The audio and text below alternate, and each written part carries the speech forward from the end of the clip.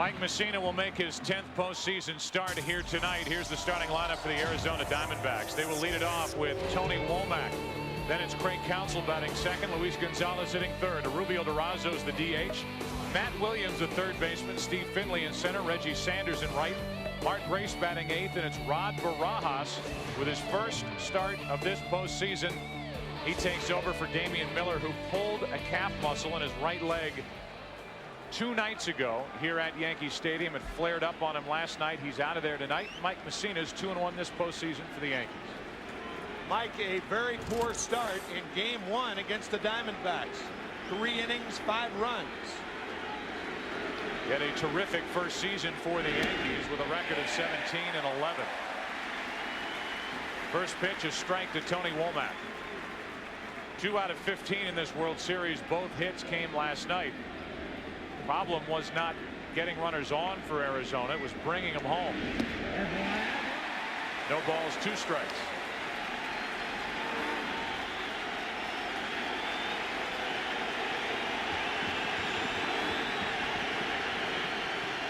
And here we go.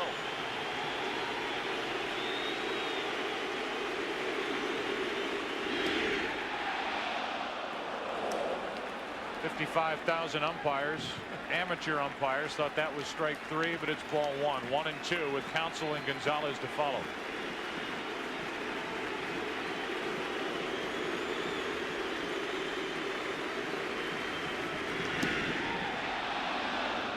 They thought so again. It's 2-2. That was closer than the 0-2 pitch. You could see Posada setting up outside. A lot of pitchers like the front corner of the plate, but that ball just missing. Good call, Jim Joyce. Now the 2-2 pitch to Womack. Went up to foul it back. And it remains 2-2. The Diamondbacks last night got their leadoff man on 4 of the first 5 innings. But on the night, 0 for 7 with runners in scoring position. They hit into 3 double plays. And then eventually blew the 2-run 9th inning lead. Another 2-2 into right field. O'Neill coming to get it. Maybe his last game in Yankee pinstripes. 1 out. Defensively for the Yankees behind Mike Mussina, it's Shane Spencer, who is making a name for himself in this World Series, still out in left field. Again, it's Knobloch on the bench with Williams, O'Neill in the outfield, Brocious, Jeter, Soriano, Martinez around the infield, and Posada catching Mike Mussina. Mike Mussina perhaps has the oddest array of pitches in the major leagues. From his windup, he's much better, as you could see from a stretch. The knuckle curve and the knuckle changeup, and very effective east and west. Outside corner, inside corner. 1 out, bases empty. Counsell takes ball 1 low. Counsell is 1 out of 14 in this World Series, so he's hitting .071, but last night dropped down 3 perfect sacrifice bunts in his first 3 at bats. Trying to get on in front of Luis Gonzalez, who waits to hit next. 1 ball, 1 strike. When we talk about east and west, we mean inside corner to a left-hander, outside corner to a left-hander. However, he is not particularly adept at keeping the ball around the knees.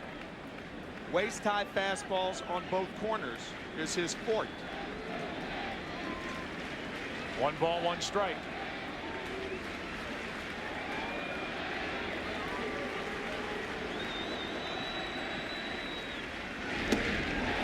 One ball, 2 strikes. When you talk to Joe Torre about that game 1 start for Mussina, in which he lasted 3 innings, allowing 5 runs on 6 hits and a 9-1 loss, all he says is he'll be better, and his teammates feel the same way, and the guys in the other dugout know that Mussina will be better in game 5 than he was in game 1.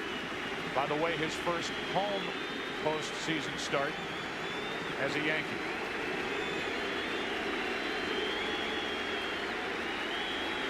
A ball and 2 strikes. 2 balls, 2 strikes. World Series game 1, 3 innings pitched, the shortest outing of his postseason career. 5 runs allowed, 3 were earned, tied for the most in his postseason career.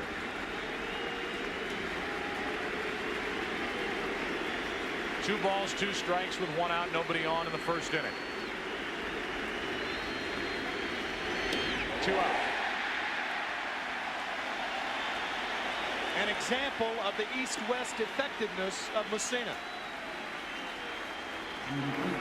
Watch the tailing fastball get counsel. Front corner.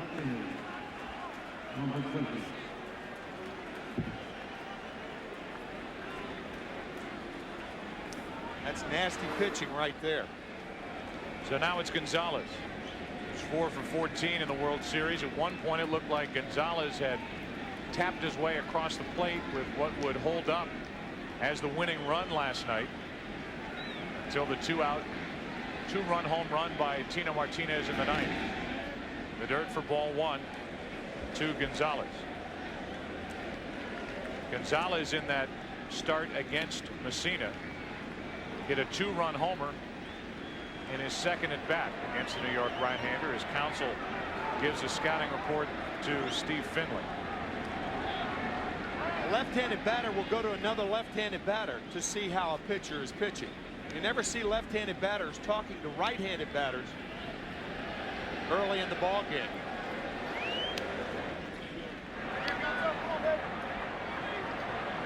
Counsel frustrated with his 1 for 15 start after being the National League Championship Series most valuable player.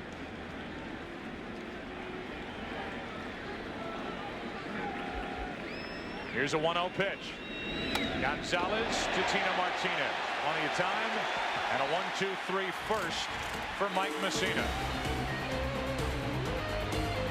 Bottom of the first against Miguel Batista.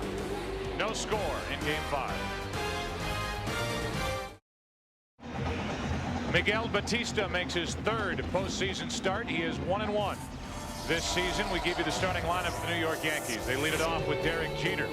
Then it's Paul O'Neill in right field. Bernie Williams hitting 3rd. Tino Martinez cleans up. Jorge Posada bats 5th. Shane Spencer in left. David Justice moved down to the number 7 spot. He's the DH. Scott Brocious at 3rd. And Alfonso Soriano is batting 9th. He's the second baseman. 48 appearances this year for Miguel Batista, but very flexible for Bob Brenly and the Diamondbacks. 18 starts. And Brenly saying before the game that Batista had 60 walks this year in 140 innings. If he throws strikes, it could be very, very difficult on the Yankees. Standing ovation for Jeter as he leads it off in the bottom of the first.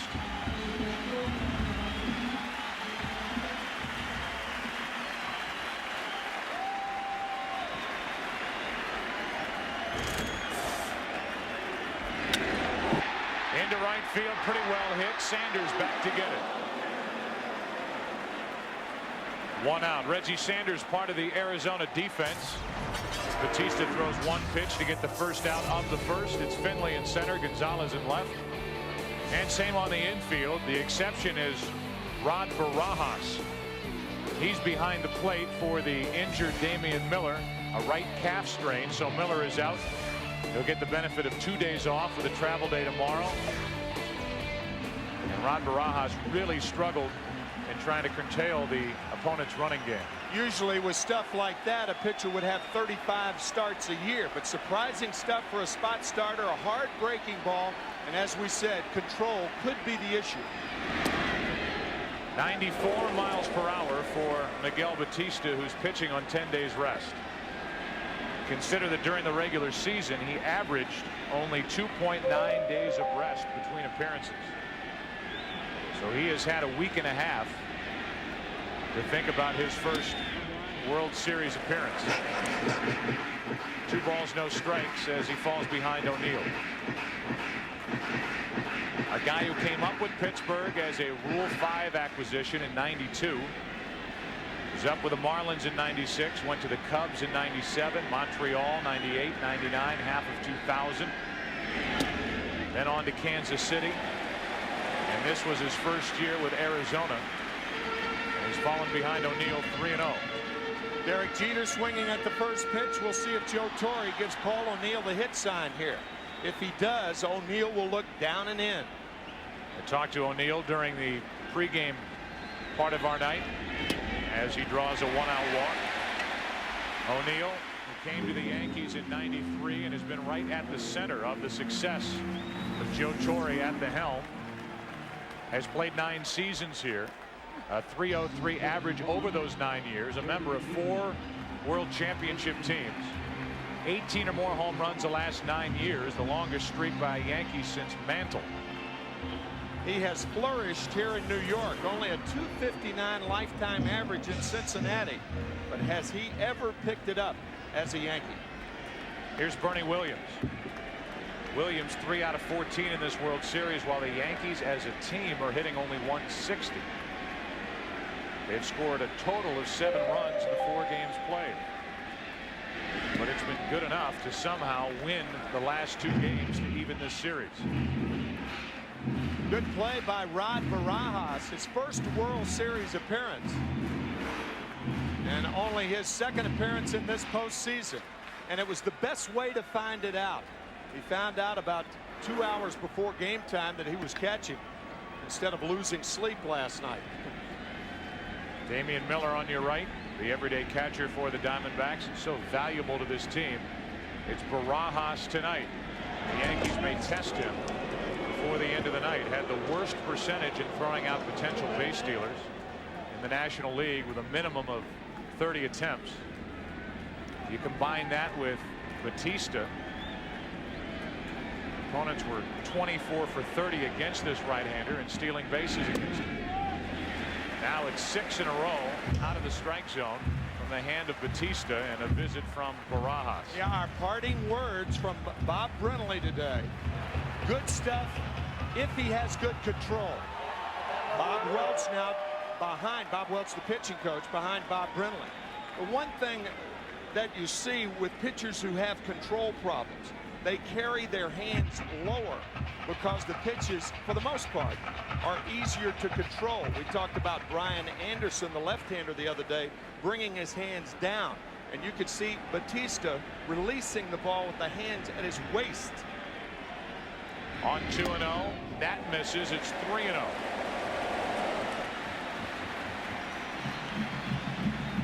Total of 8 pitches. The first one of the night was lined into right by Jeter. And a 4-pitch walk to O'Neill, and it's 3-0 on Bernie Williams with Tino Martinez on deck. Swinging on 3-0 and a flare into left for Gonzalez. There's a big out for Miguel Batista, 2 away. After 7 straight balls, I don't think you give Bernie Williams the hit sign right there. Paul O'Neill, it's different, 3 in a row. But Batista had thrown 7 in a row, and this one may have been out of the strike zone. I do not think that's good strategy, hitting 3-0 after a pitcher has thrown 7 straight balls. Big hand for Tino Martinez as he steps in.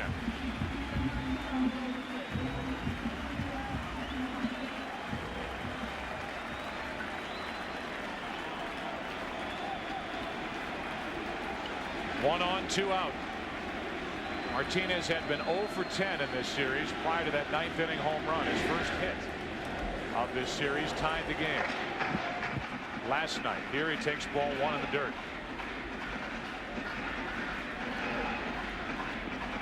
Martinez, who carried this Yankee offense in the second half of the season, was their most consistent hitter really all year, leading the team with 113 RBIs, is hitting only 167 in the postseason. Out in front of that pitch, and the count 1-1. You can see Barajas sitting inside. The pitch was away. That's a nasty downward movement. Looked like a splitter from Batista.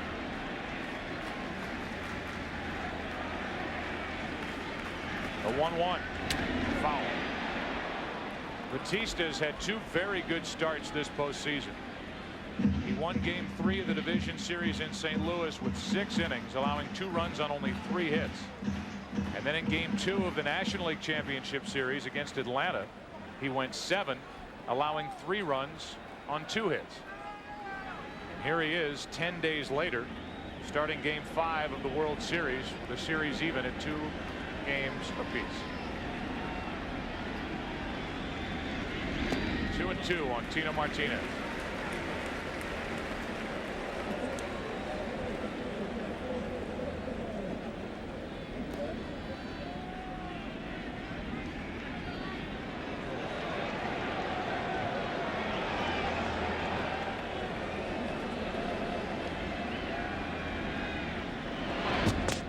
Check on O'Neill.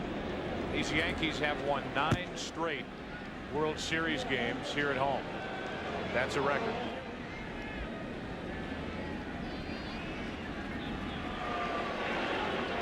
Winning 2-1 in game 3 and last night 4-3 in 10 innings.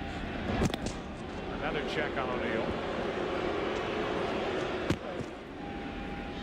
The 2-2 count on Tino Martinez at the plate.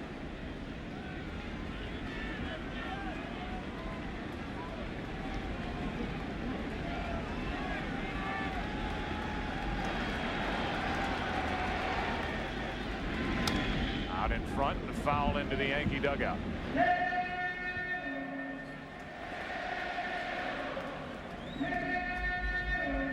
With 2 out and a runner on first, the more looks at a pitcher by Paul O'Neill, the more inclined he is to run. So the more foul balls, the more inclined he will be to take off. A guy who at the age of 38 stole 22 bases this season. And another throw over by Batista.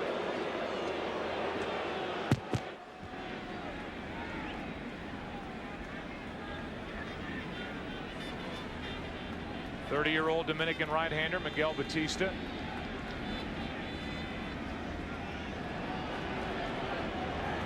The 2-2. Lined fair down the right field line.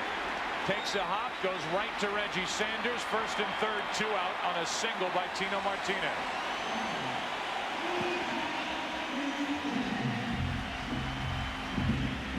Martinez lightning fast with that swing on the inside fastball. A cut fastball, just fair.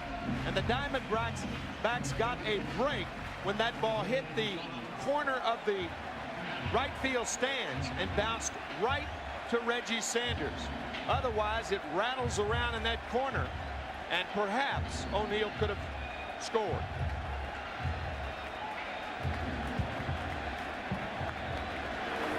O'Neill showing the frustration as thought he might have a chance to score all the way from first on that ball down the line. Now it's Jorge Posada. Runners at the corners, 2 out. And a strike from Batista. Yeah, O'Neill knows how tough it is to play right field in this stadium. Ball's down the line. If there is no fan interference, it can rattle around there, hug the wall, allowing that runner to score, as you see in that area right in there.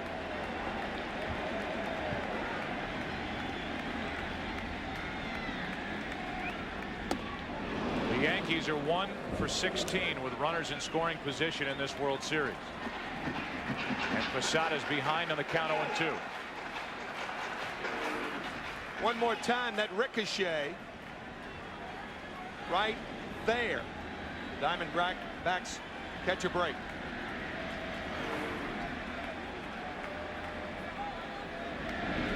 Posada strikes out in the first inning is over. So the Yankees get a walk, a hit. Miguel Batista on 10 days rest gets around the walk and the hit, and after 1 inning in game 5 there is no score.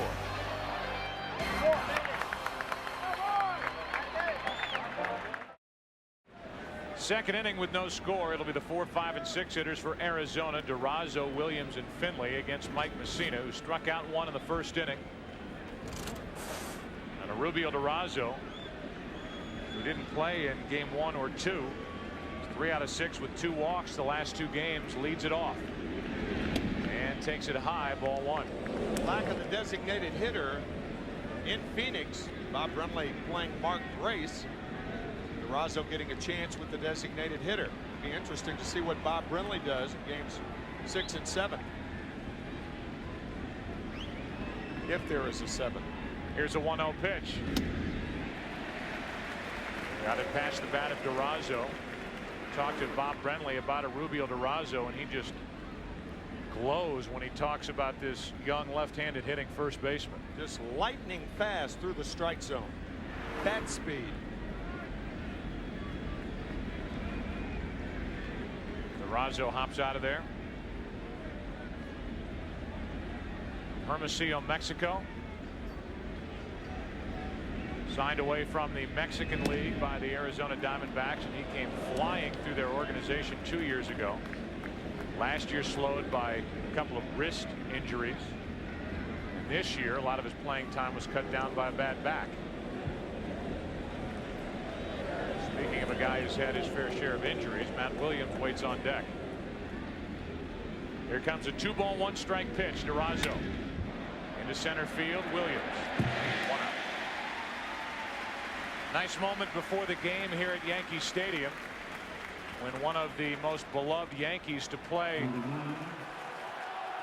for this organization stopped by, waved to the crowd. Don Mattingly, Donnie Baseball, and after throwing out the ceremonial first pitch, came over to Mayor Giuliani and gave him his jacket.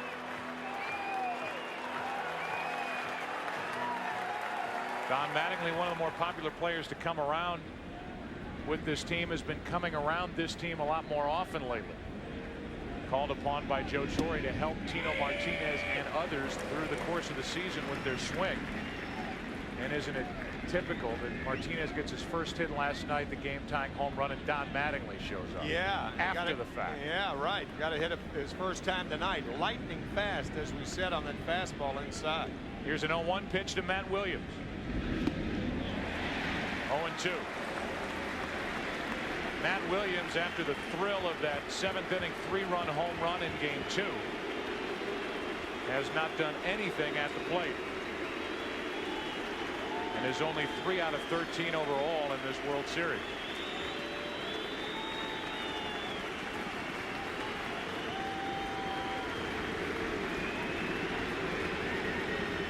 Here's an 0-2. 2 out. Joe, there have been as many bad swings thus far in this World Series as any in recent memory. You could see Matt Williams front side way out of there. He misses this ball by about 6 inches. But it's not exclusively Matt. Hitters on both teams are doing poorly. In fact, if you take Mike Mussina's Game 1 start out of the equation, the pitching in this World Series has just shut down each offense as Finley takes strike 1. The numbers for Finley in this World Series: 2 out of 10. Take that start by Mussina out. The rest of the starters for each side, a combined ERA of 1.85, averaging 7 innings per start. No balls, 2 strikes on Finley. Clemens got this started for the Yankees in Game 3. Orlando Hernandez, the bullpen, including Rivera, good enough for New York last night. Andy Pettit will be the Game 6 starter for New York against Randy Johnson. 1 ball, 2 strikes on Finley. Andy coming up to us in the parking lot before the game saying, "You guys doing the game on Saturday?" We said, "Yep."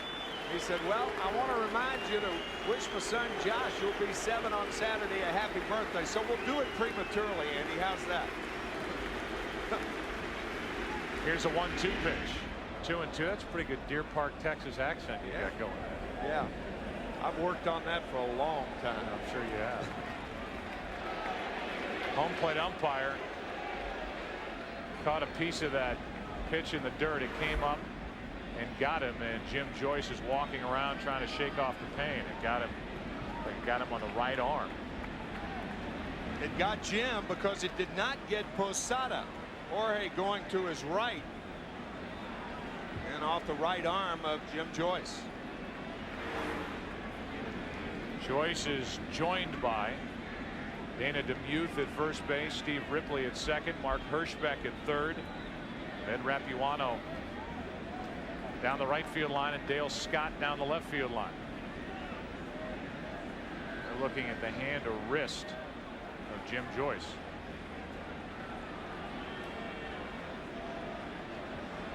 Former American League umpire, now the umpires all under one Major League Baseball umbrella.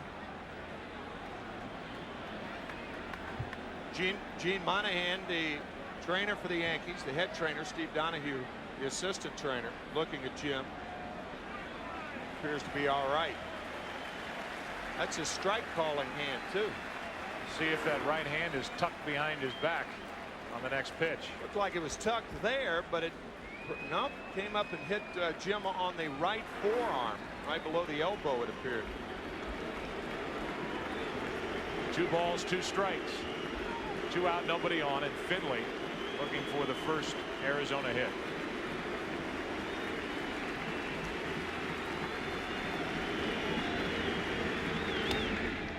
Popped up foul back behind the plate.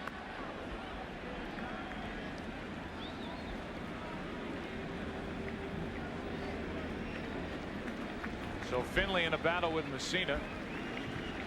Question is who will take a 3-games-to-2 advantage out to the desert. Travel day tomorrow and then game 6 on Saturday night. Another 2-2. And Jim Joyce is thankful that Posada got his body in front of that. It's 3-2. Yeah, the Diamondbacks will be flying to Phoenix tonight, arriving about 5 a.m. The Yankees will not travel until tomorrow. That is pretty standard practice since the Yankees are home. Get to sleep in their own beds, says Joe Torre. Randy Johnson will start game 6 against Andy Pettitte. Saturday, 7:30 Eastern, 4:30 Pacific. Here's a 3-2. Finley fouls it back and out of play. A rematch of game 2 when Andy Pettitte went 7 innings. Randy Johnson went all 9, allowing 3 hits, no runs. Andy Pettitte really threw the ball well that night, but was matched up against Randy Johnson, and nobody was going to beat Randy Johnson in game 2. And the big blow, as you said earlier, the 3-run home run by Matt Williams against Pettitte.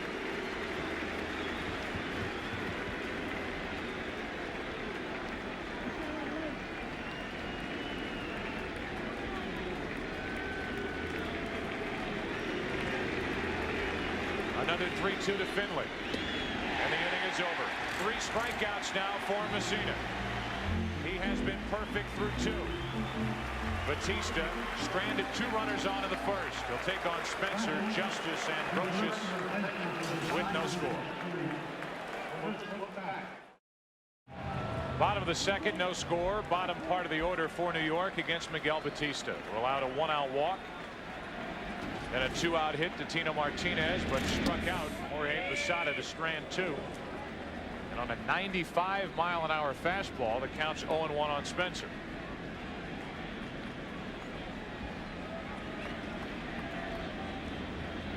Spencer has done plenty in each of the 2 wins for the Yankees so far in this series. Games 3 and 4. He's done it defensively, he's done it offensively. In the hole here, 0-2. Whether it's been a diving catch, it's been his throwing arm, or a home run in last night's game, Spencer is right now a solid part of Joe Torre's lineup. Good pitch from Batista. Second strikeout for the Arizona right-hander. 1 out. A good splitter right there. Get Spencer. You could see Shane swinging over that pitch. We talked about Batista and where he holds his hands, delivering the ball with his hands around his waist. Mike Mussina's not like that. Mussina doesn't have control problems, but Batista does. Consequently, Mussina holds his hands high when he delivers the ball. Batista holds his hands low. Usually the lower a pitcher carries his hands, the more problems he has with control. Missing with ball 1 to David Justice, whose only hit came because Craig Counsell lost his footing in last night's 9th inning.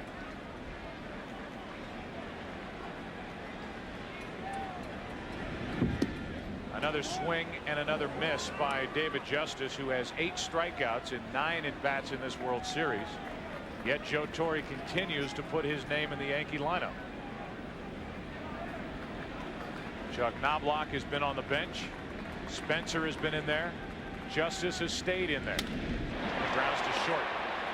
Stayed down for Womack, and Tony stayed down on it, 2 away.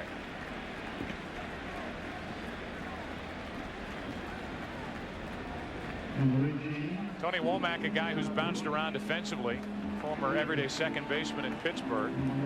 Then he came to the Diamondbacks. The Diamondbacks handed a huge contract to Jay Bell and eventually turned him into a second baseman, so they put Womack out in right. He's now come back into the infield, and he's played a solid shortstop, committing only 8 errors during the regular season. Well, he has committed 3 in the postseason. 2 out, nobody on, and Scott Brocious rounds it up the middle. Diving stop, Counsell. What a play, inning over. Craig Counsell to his right took a hit away from Scott Brocious. He always lets you know he's in the game.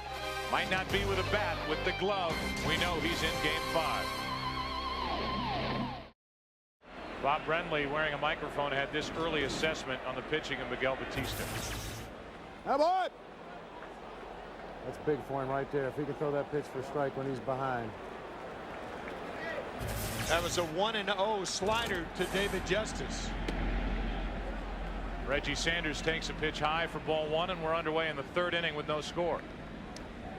Most major league pitchers who can throw breaking balls in fastball situations are going to be effective, and Bob Brenly, an ex-catcher, knows that. Talking to his pitching coach, Bob Welch, as Sanders pops one down the left field line. It's hooking into the seats and foul. 1 ball, 1 strike. Bob Welch, who actually pitched in the World Series with the Dodgers against the Yankees in both 1978 and 1981, and his season in 1990 of 27-6 was one of the best pitching seasons in the last 20 years. Here's a 1-1. That's strike 2. 1 ball, 2 strikes on Sanders as Messina looks for his 4th strikeout. Grace to follow, and then Rod Barajas, the number 9 hitter, the catcher, filling in for Damian Miller.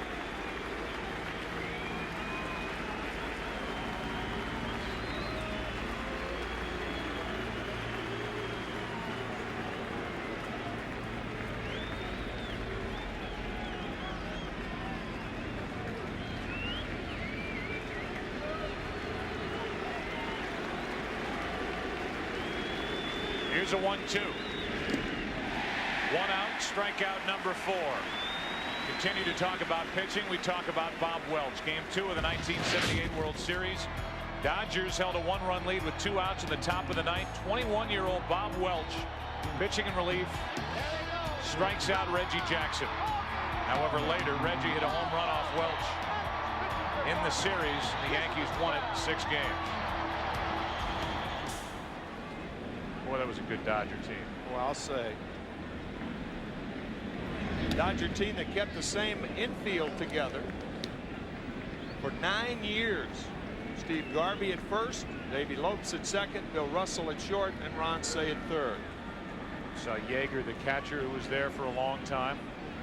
Actually is credited with developing that flap that hangs down from a catcher's mask to protect the throat. Now most catcher's masks, if they're not the hockey style mask, have a wire instead of that flap hanging down for extra protection, so a ball doesn't get up under the chest protector.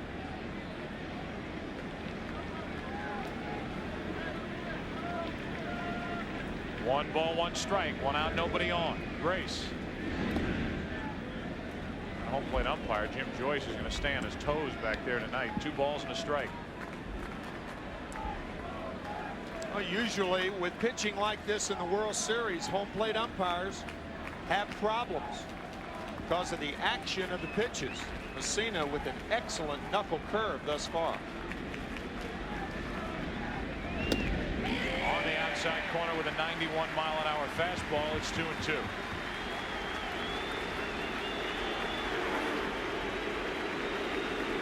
get to 2 strikes on Mark Grace, but he is very difficult to strike out. Messina struck out 4, 1 out, top of the 3rd inning, no score. Just inside for ball 3.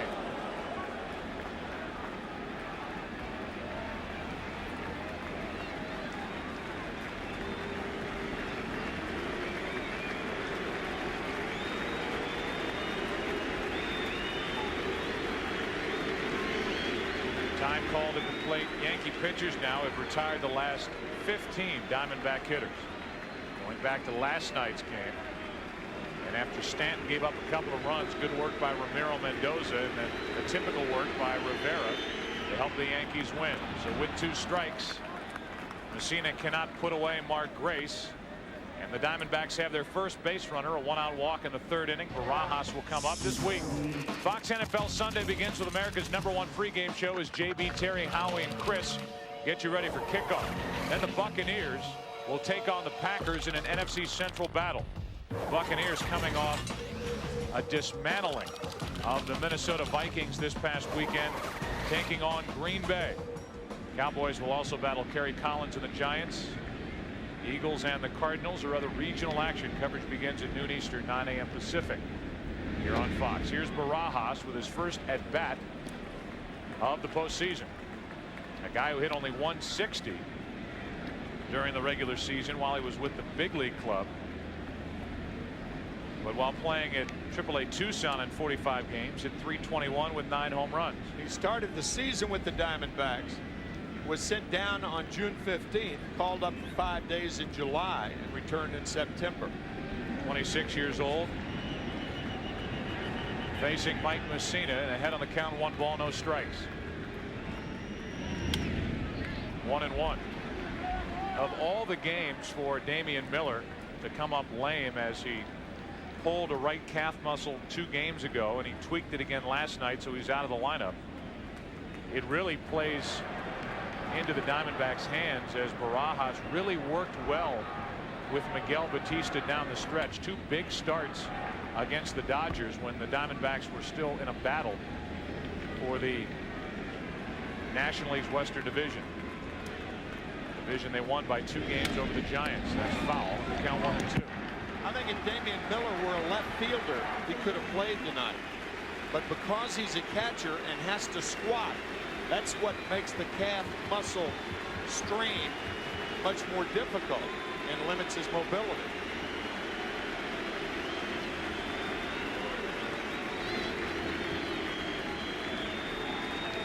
Pitcher's able to blow into that pitching hand, although the temperature really is probably warmer tonight than it's been at any point in this World Series here in New York.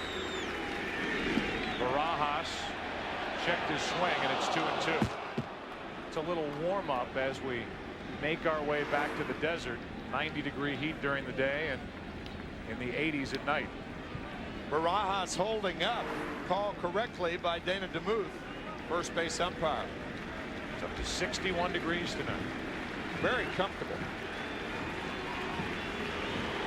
Grace at first with 1 out. He drew a walk. Barajas with a count 2-2. Into center field, a base hit. First at bat in the postseason, and Barajas singles to center. It's 2 on with 1 out, and you can hear Eddie Rodriguez, the first base coach, applauding Barajas in his first World Series at bat. He's on with a hit. That's the best thing, as we said, to tell a young catcher 2 hours before the game that you're playing. No time to get nervous. Good at bat by Barajas. Now, facially, Barajas looks like John Franco, the excellent reliever of the New York Mets. A little bit, no? That's a no sale over here. No? 2 on, 1 out. Womack pops it into left field, and Spencer back to get it. 2 away, and the inning will be up to Craig Counsell. Grace almost too late getting back to the second base bag as Spencer threw in behind the runner. Mark Grace lackadaisical in his approach. I think Grace thought Spencer was going to third. There's Grace right there. Mark thinking Spencer's going to third. Whoa!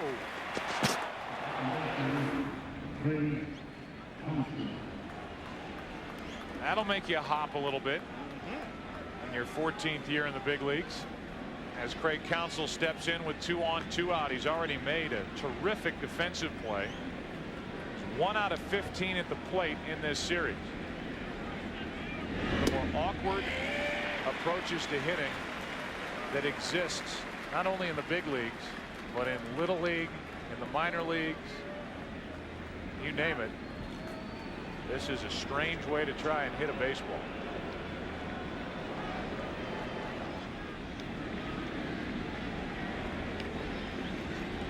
Two on, 2 out. A strike and a throw behind Grace, who's able to get back. Even with Posada popping up to throw down to second, the home plate umpire, Jim Joyce, gave Messina the strike. It's a good play by Posada because Mark Grace is not a fast runner, so he has to cheat somewhere. He has to try to get an extra step or two. And Jeter trying to slip in behind Mark. Nothing doing. Grace is thinking, what are you guys trying to do to me? Yeah. First Spencer and now Posada. Here's a 0-2 from Messina, who has struck out 4. Posada dropped it, tags him. Counsell has struck out twice, and Messina gets around a walk and a hit. Diamondbacks get their first base runners, and we go to the bottom of the 3rd inning. They call him Moose for obvious reasons. No score, bottom of the 3rd. Some of the great moments of the Alfonso Soriano first up for New York in the bottom of the 3rd with no score. The 9, 1, and 2 hitters, Soriano, Jeter, and O'Neill, against the right-hander Batista, who has settled in, retired 4 in a row with a couple of strikeouts, throwing hard tonight. And he hits the inside corner with strike 1. Soriano 2 out of 13 in the World Series, hitting .261 in the postseason. And Batista may be surprising the Yankees so far, but he's not surprising his manager Bob Brenly. Mark Grace was Batista's teammate with the Cubs in '97. He gives us these words about tonight's starter for Arizona, Miguel Batista. He's very comfortable pitching in big games. He's done it all year for us, and he's a very confident pitcher. He says, I remember Bob Brenly asked him, he says, you going to be okay to pitch this big game against the Dodgers? He says, Skipper, you sit back and enjoy the show. Well, he is on a big stage here. Bigger game than a divisional rivalry with the Dodgers or the Giants. Those 3 teams battle down the stretch. The National League West. Now it's the World Series, and he's trying to pitch around the leadoff hit as the Yankees put their leadoff man on for the first time tonight. No sitting back either for the Yankees. If the Yankees had to choose one man to get on base as the leadoff batter, it would be Soriano because of his speed. Stole 43 during the regular season, and again inside on Jeter, as the Diamondbacks have done since the curtain came up on this 2001 World Series. Derek has seen a steady diet of fastballs inside. Interestingly, the ball he hit for a home run last night, a slider from Kim. Here's a 1-0. Soriano running. Barajas throw. Got it. Rod Barajas was a late addition to the lineup for Arizona. He threw out only 12.9% of potential base stealers. Damian Miller's teammates are getting on him in the dugout because Barajas has a hit, and now he throws out Soriano, trying to steal for the first out in the 3rd inning. He had a good pitch to handle and came out of the chute very well, and a quick tag by Womack. Fine play by Barajas. Now the 2-0 pitch to Jeter, the opposite way and foul. Perhaps the hit and run was on that play, but a lot of times when a pitcher crowds a hitter with the fastball, it dies him up. But the Diamondbacks very happy, obviously, that Barajas made the play. That is a strong throw in a big situation by Rod Barajas. Throws like that were not in the scouting report. No. The Yankees scouts put together on Barajas. Another pitch up and in on the hands, 93 miles an hour, and the count 2-2. You can see Barajas sitting outside. Batista said, I'm coming inside. There's the combination of Barajas and Batista. Barajas trying to calm down Miguel Batista. Missed his target by plenty, but got the strike on the foul ball. 2-2.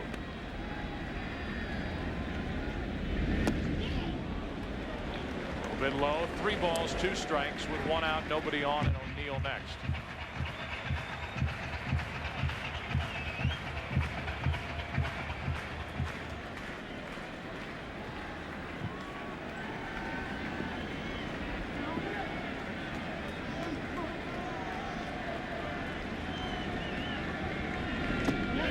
Awkward swing, struck him out. 3rd strikeout for Batista.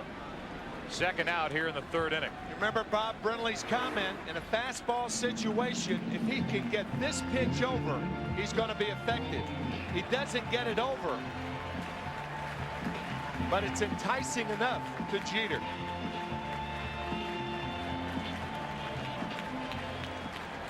Tried to hold up, but couldn't.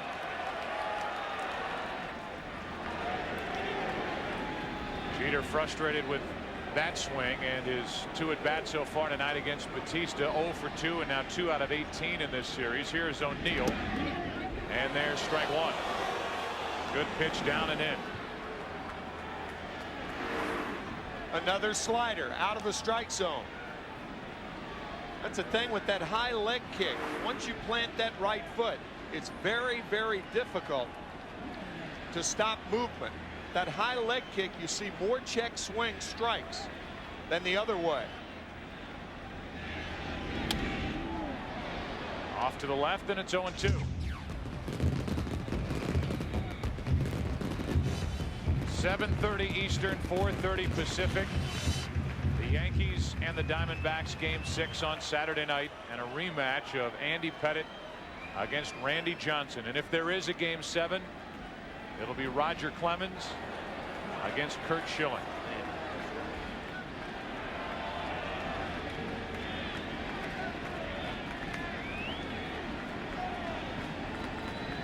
Here's an 0-2 to O'Neill.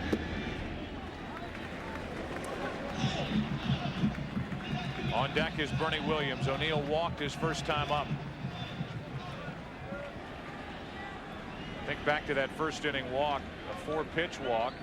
Then 3 in a row out of the strike zone to Bernie Williams. The Yankees let him swing, and he popped into left for the 2nd out of the inning. Then a hit by Tino Martinez down the right field line. Set up 1st and 3rd, but Posada struck out. And that 3-0 pitch to Bernie Williams could have been a ball. We said it at the time. In our view, that was not the time for Bernie Williams to be swinging 3-0. If a pitcher wants to get wild, you try to let him get wild. But when Williams flied out to left, it got him settled down. The 2-2 pitch. O'Neill to the shortstop, Womack. Miguel Batista is doing exactly what Bob Brenly thought he may do. Surprise starter Rod Barajas took care of the first out of the inning by getting Soriano. Batista got the next 2, and we go into the 4th inning with no score. The first third of this game 5 is gone. No score. The Yankees have 2 hits. The Diamondbacks have 1. Arizona has the heart of its lineup. Gonzalez, Durazo, and Williams against Mike Messina. Gonzalez hit one hard to first, but grounded out to Martinez back in the first, and there's ball 1. I was just thinking about that, Joe. Luis Gonzalez is picking the ball up very well against Messina. A line drive out his first time up, the home run, the 2-run shot at Bank One Ballpark. And laying off 2 pitches to go up in the count 2-0. Game 1, 3 innings pitched, 5 runs on 6 hits. Tonight, 3 innings pitched, 1 hit, 5 strikeouts, and no runs. 2-0 pitch to Gonzalez. Good pitch. Breaking ball on 2-0, like we heard Bob Brenly talk about with Miguel Batista. It's 2-1. Took just enough off of this pitch. Almost had a screwball movement to it. Posada almost didn't catch it. Yeah, snow cone. Here's a 2-1 pitch. 91 miles an hour to get it by the bat of Gonzalez. 2-2. Once you show him a 2-0 changeup, then you've reestablished the fastball.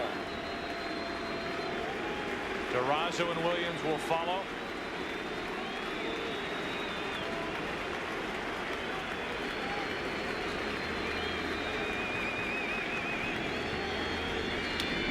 Off the end of the bat and back toward us.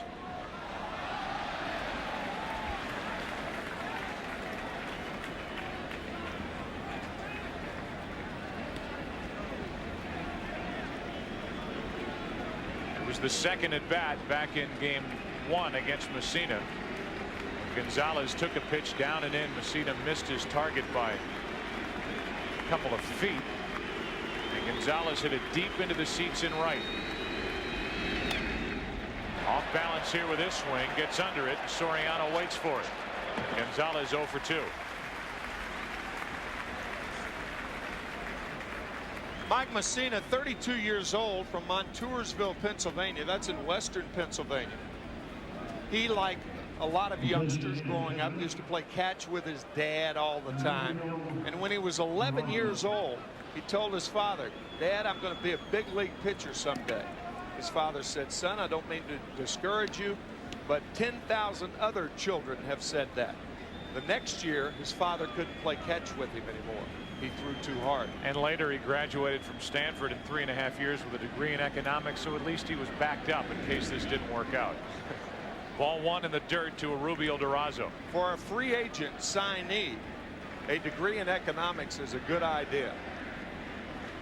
And you count to $88.5 million and divided by 6.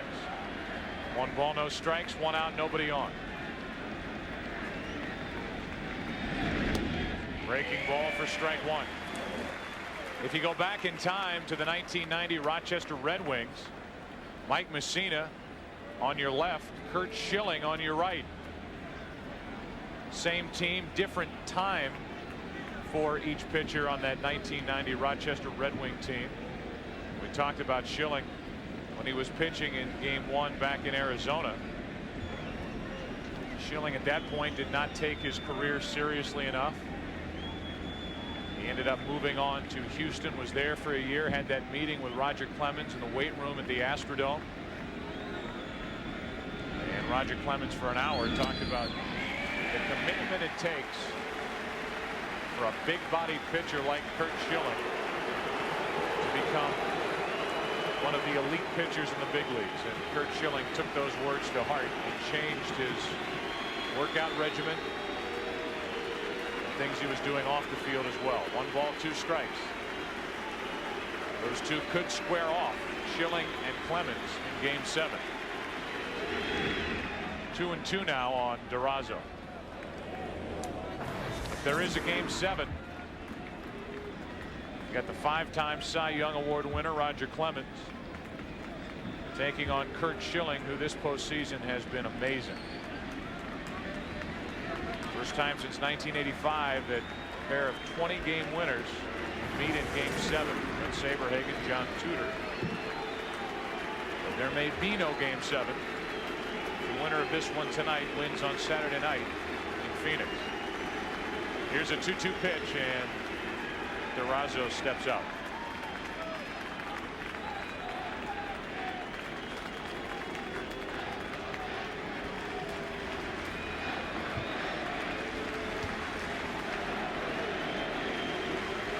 One out, bases empty. Durazo strikes out. 2 gone. 6 strikeouts for Messina. Messina has everything working so far tonight. The knuckle curve out of the strike zone, as it often is when it's affected. That pitch is a misnomer. He throws it. He almost flicks it to the plate. He throws it with the fingertips.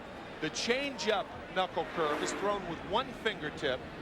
And the regular knuckle curve, that's what that pitch was, thrown with 2 fingertips. And now with 2 out and the bases empty, here's Matt Williams, struck out his first time.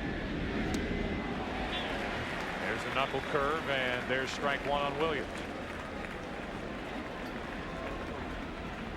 Realize how strong the fingers have to be to pitch like Messina does.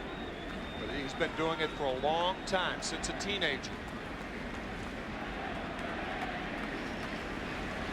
One on the ground, 4 through the air, and 6 into the glove of Posada.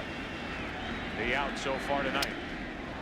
Jam shot, a little liner to Scott Brocious. No doubt that Mike Messina is on tonight. No good in game 1 out in Phoenix.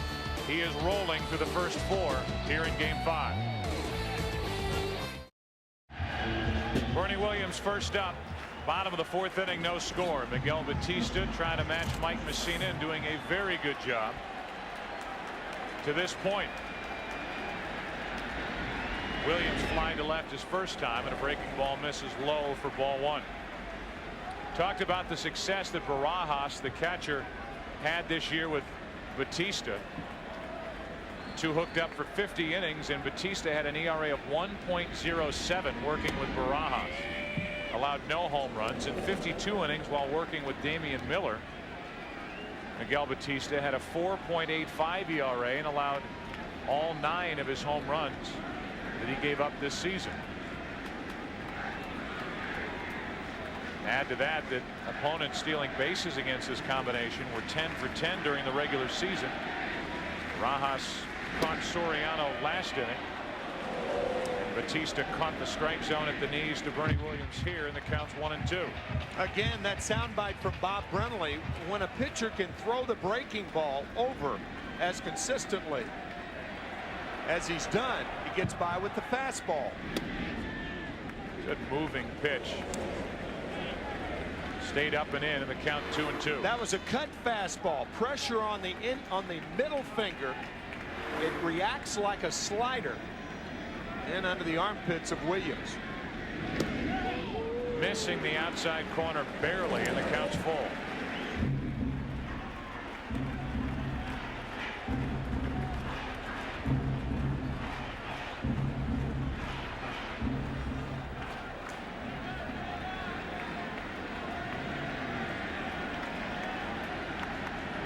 The 3-2 to Williams. A leadoff walk. Second walk handed out by Batista tonight. Try to get Bernie Williams to go for the slider. Bernie not biting. Here's Tino Martinez. Single down the right field line his first time up.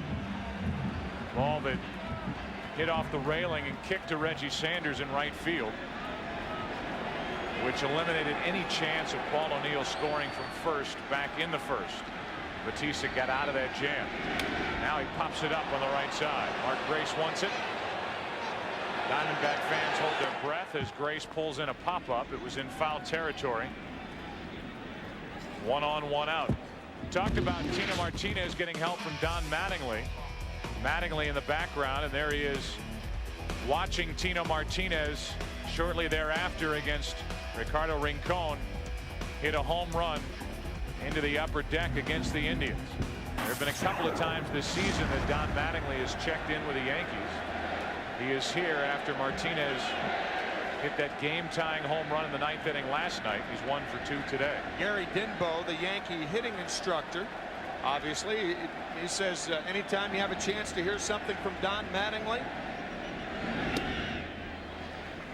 I welcome the help. Absolutely. 1 ball, no strikes on Posada.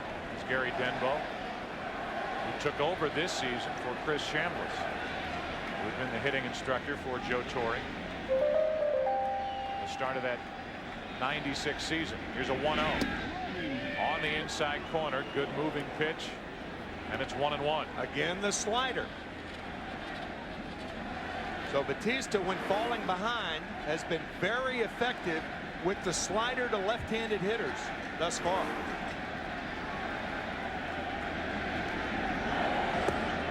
Go to first. It really hasn't mattered who has been on the mound for Arizona in this World Series. The Yankees just are not hitting. They've been getting clutch hits, and obviously last night thrilling hits for the New York fans. The combination of Brian Anderson, Mike Morgan, and Greg Swindell basically shut down this Yankee offense in Game 3. Tonight it's Miguel Batista as Womack goes to Counsell, who goes to first, and Batista is through 4 shutout innings. So whoever has towed the slab for the Diamondbacks has shut down the Yankee attack. Series tied 2-2, no score as we go to the 5th. Back after this from your local Fox station. The Diamondbacks hitters have so far amassed only 1 hit against Mike Mussina, but they have made him work. Through 4 innings, he has thrown 60 pitches. Consider that Mariano Rivera is needed, or is available if needed, but only available for 1 inning tonight after working 2 innings in Game 3 and 1 inning here last night. Joe Torre will not use him for more than an inning tonight. At least that's what he told us prior to the start of the game, and then could always change. Pitch count can be good news and bad news. For Mussina so far, it's good news, because when you strike out hitters, you obviously throw more pitches. One of the reasons for the high pitch count, he has struck out 6. 6 strikeouts, 1 walk, 1 hit. Knuckle curveball in there to Finley. Whoa. Off the table. Here's a 1-1 pitch. Steve Finley jumping back off the plate on strike 2, 1-2. You see the pattern to Mussina is there's no pattern. Knuckle curve, and then Krauts Finley with the tailing fastball. Finley gets it into deep right, and the Diamondbacks are on top. Home run Steve Finley, and it's 1-0 Arizona in the 5th.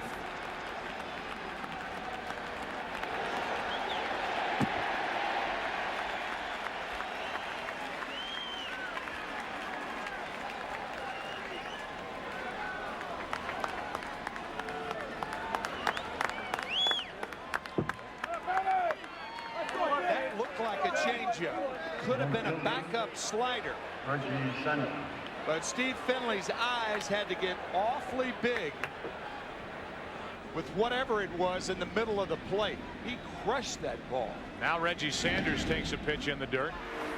Ball 1.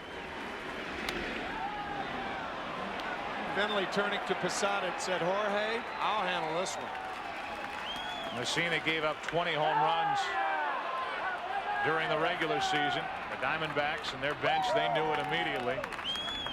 And Arizona is out in front 1-0 here in the 5th inning.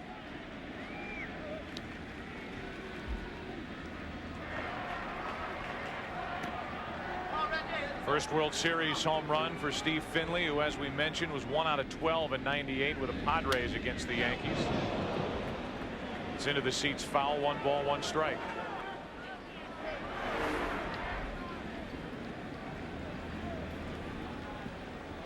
Could have been a knuckle curve. Whatever it was in the middle of the plate, but not for long. Here comes a 1-1 pitch to Reggie Sanders on the inside corner. 1-2. There have been a lot of hitters going around the bases in this World Series, but not a lot of hitters on base. Either a home run or nothing. All or nothing at all, as Frank Sinatra would sing. Here's a 1-2 pitch. Sanders strikes out, and that's strikeout number 7 for Mike Mussina. Take something off the curveball here to get Reggie Sanders. The Yankees in the bottom of this 5th will have Spencer, Justice, and Brocious. As Mark Grace digs in. Grace went deep last night, got one into the upper deck. A game-tying home run in the top of the 4th inning. It stayed a 1-1 game until the Diamondbacks got 2 in the 8th. Grace down the right field line, hooking foul. Last night, 3-1 pitch.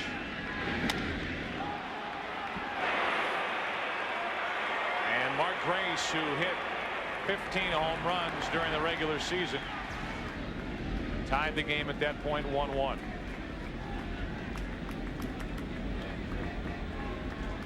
One out, nobody on. Grace grounds to Martinez. 2 out.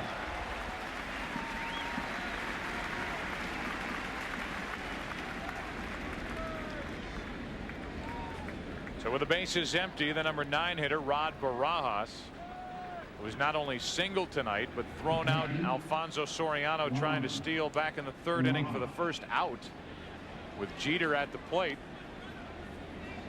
Digs in.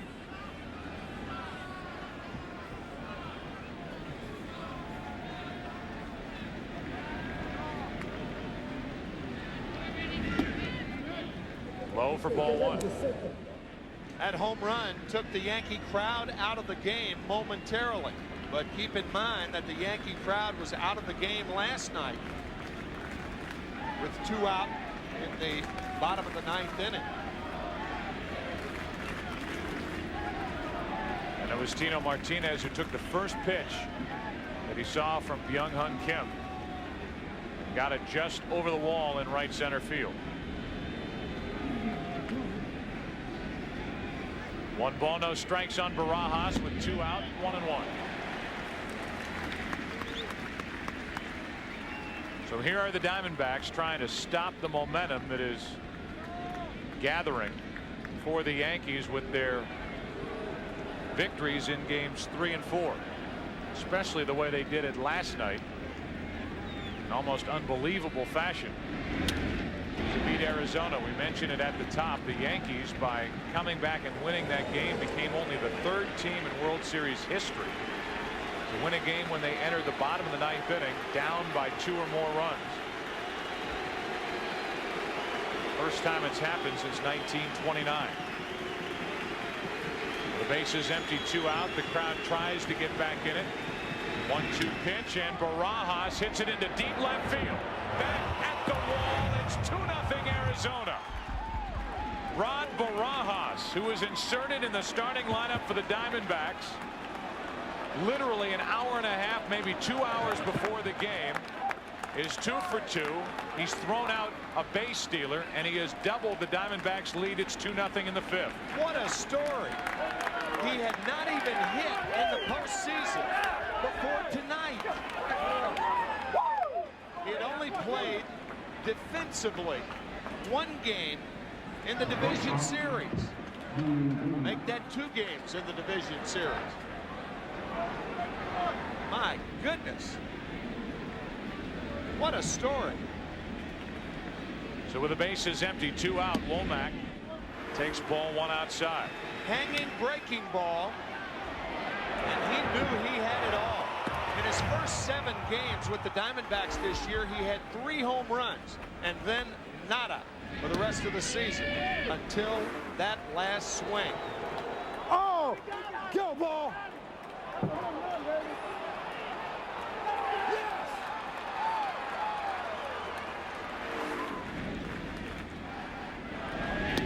There's a strike to Womack, and it's 1-2. So Bob Brenly has seen Steve Finley hit his first career postseason home run in this inning. And now Gonzalez and the Diamondback bench applauding Rod Barajas. Damian Miller, one of the first to greet Barajas when he got back to the dugout as Womack strikes out. The damage is done for the Diamondbacks. Steve Finley led off. Got 1 out to right with 2 out and the bases empty. A guy trying to be a Game 5 hero, Rod Barajas, got into one. And with that, after 4.5, it's 2-0 Diamondbacks.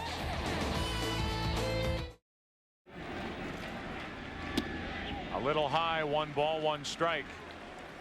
Thinking of that song and thinking of this being our last game in New York. 2001 season. All this city has been through since September the 11th.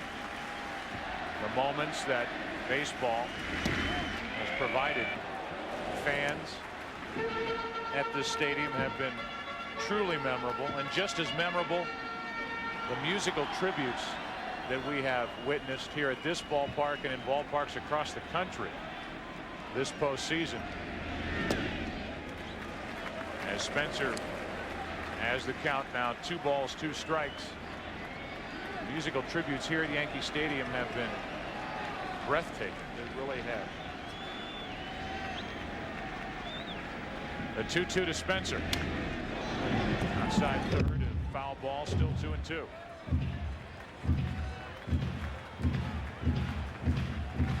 Police officers bringing that tattered American flag here to Yankee Stadium, recovered from the World Trade Center site.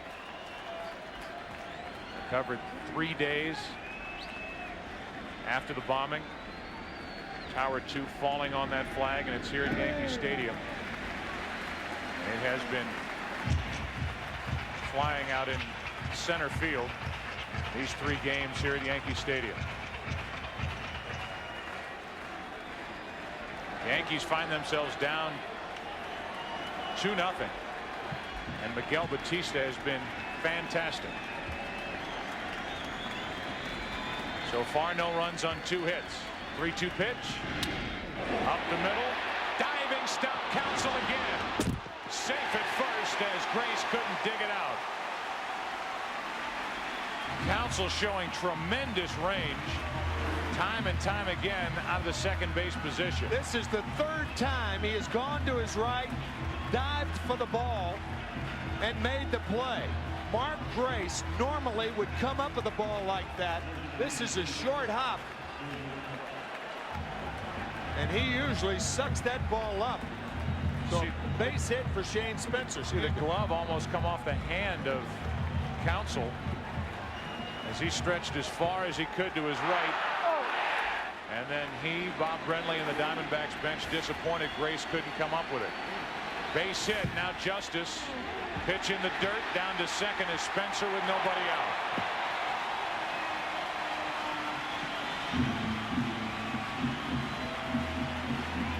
So the fine diving play by Counsell, but Grace unable to come up with the short hop, and now Barajas can't come up with the short hop. Spencer, an excellent base runner.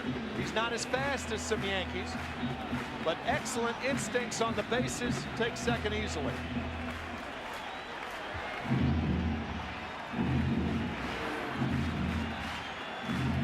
Rod Barajas on your left, starting in place of the injured Damian Miller. Seated in the dugout, right in the center of all this action, is Miguel Batista, who takes a moment to rub up the baseball. And Barajas pops up and runs out there to join him. The middle innings are the innings that concern Bob Brenly. When you talk Batista, he has had 19 starts this year, including 20 actually, including the postseason. And he's gone past the 7th inning only twice. So these are danger innings for Batista. Justice, 1 ball, 1 strike. Remember, this Arizona bullpen is thin in the middle. The one guy they couldn't wait to get in the game got in there last night, Young-Hun Kim, and ended up pitching 2 2/3 innings. So he is available tonight out of the bullpen for Bob Brenly, even with all that work last night. 1-1 pitch. Tying run at the plate. Justice checks his swing. The count 2-1, and Barajas kept it at the plate. You've heard of catchers framing strikes. Watch Justice frame this check swing to make sure that third base umpire Mark Hirschbeck knew he didn't go around.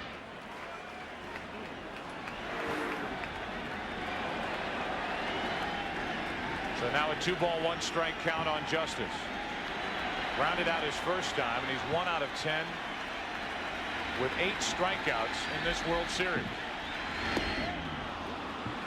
2 balls, 2 strikes. Could have been ball 4 to Dave Justice, but it's 2-2. 4 balls out of the strike zone, and he has swung at that slider or splitter. Well, that ball, the bottom fell out of that thing. Runner at second for New York. Nobody out. Justice trying to get him over or get him in. Strikes out again. David Justice, his frustration continues, and so does the frustration of the fans here at Yankee Stadium. 9 strikeouts in 11 at bats. Going after a lot of bad balls. All 3 swings, bad pitches. 5 pitches, 5 balls, and a strikeout for Batista.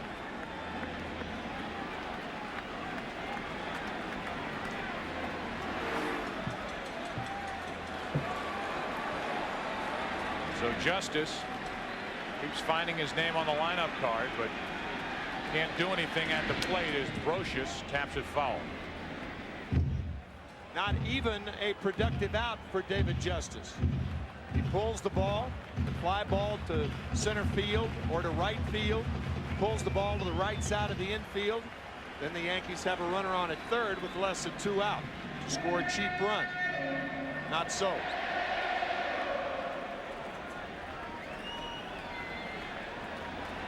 The Yankees have only 3 hits. The Diamondbacks have only 3 hits, with 2 of them left apart. Runner at second, 1 out. In the 0-1.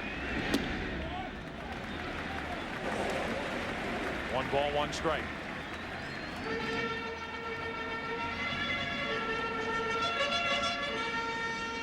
One out of 18 in this World Series for the Yankees, with runners in scoring position, an .056 average. They've scored a total of 7 runs in 4.5 games now. Yeah, they've been the Bronx winners so far in this postseason, but anything but the Bronx Bombers.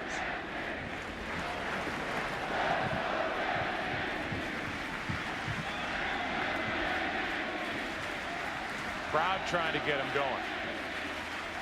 Brocious with a runner at second, 1 out. He's up on the count, 2 balls and a strike.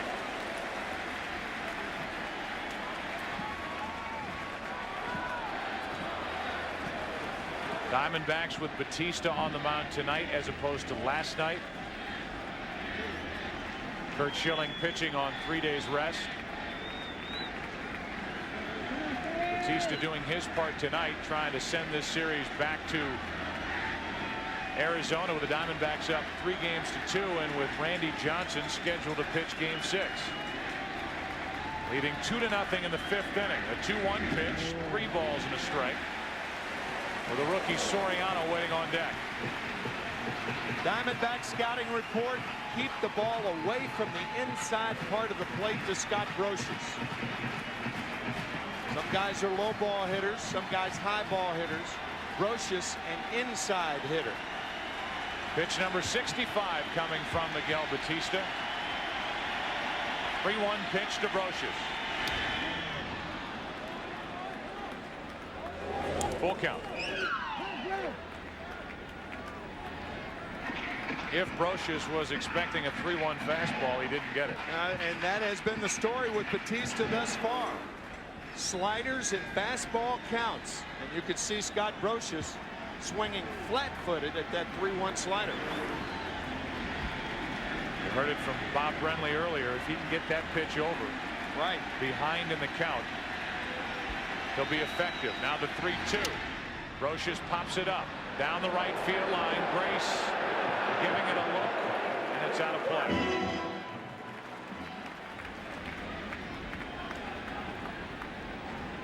Brocious broke his bat, and Grace is happy that he didn't break something, going on top of that tarp down the right field line. I think more bats are broken on balls hit off the end of the bat. Nice try by Mark Grace, scaling Everest in foul territory. So the count full, 3 balls, 2 strikes on Brocious. It represents the tying run at the plate for New York. Infield hit by Spencer started the inning. A wild pitch, then Justice struck out. Brocious hits one into right. Second out of the inning, and it's up to the number 9 man, Alfonso Soriano, as Miguel Batista tries to get through 5 shutout innings. You know, when you think about that at bat, Scott Brocious did not have one pitch inside, even though that pitch was up, away, and he broke his bat again. So the 3-2 fastball the first time broke one bat, and the ball he put in play broke another one. We talked about the strength of the arms in the outfield for Arizona.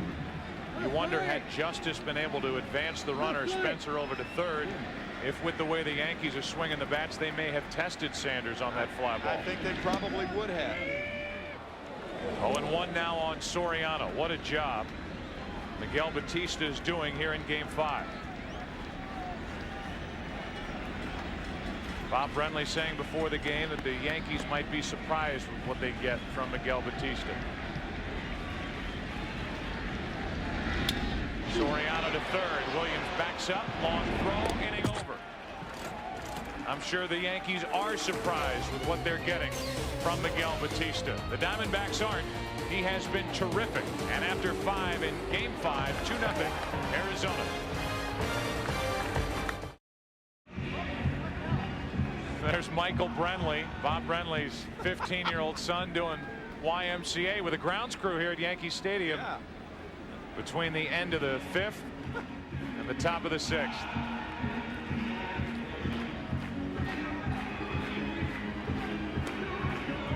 Think he's having any fun trailing Dad around? Oh, man. What a run for Bob Brenly in his rookie season as a manager. 47-year-old manager. And he has heard one opinion after another about the decisions going into last night's Game 4 and during last night's Game 4. Should you start Curt Schilling on 3 days rest? I think with the way Curt Schilling pitched, now having him available for Game 7, that was the right decision. No question. Then the question was, should he have come out after 7 innings? As Counsell taps it at the plate, 1-2. And when you consider the move that Bob Brenly made, not only taking Curt Schilling out, but going to Byung-Hun Kim, who hadn't pitched in this World Series, the young 22-year-old right-hander who made his series debut here in Yankee Stadium with a 2-run lead in the 8th inning. And Kim ended up striking out the side in the 8th inning. Whether you agree with the decisions or not made by Bob Brenly, you have to realize and give him the fact that he is not scared to make moves. Not scared to be second-guessed, and he has been second-guessed all day. Here is tonight's box score for Arizona, brought to you by John Hancock. And the hits by Finley and by Barajas. The only hits for the Diamondbacks in tonight's game. Finley hit a home run, was followed by Barajas going deep. 2 solo shots in the 5th inning. The critics of Bob Brenly last night want it both ways. And they try to work both sides of the street. They say, first of all, that there's no way that Curt Schilling can come back with 3 days rest. And then they say there's no way you take Curt Schilling out of the game and bring Kim in. The same critics. It's foolish, in my view. 1 ball, 1 strike on Gonzalez. Bob Brenly, the first rookie manager to guide his team to the World Series since Jim Fry did it with Kansas City back in 1980.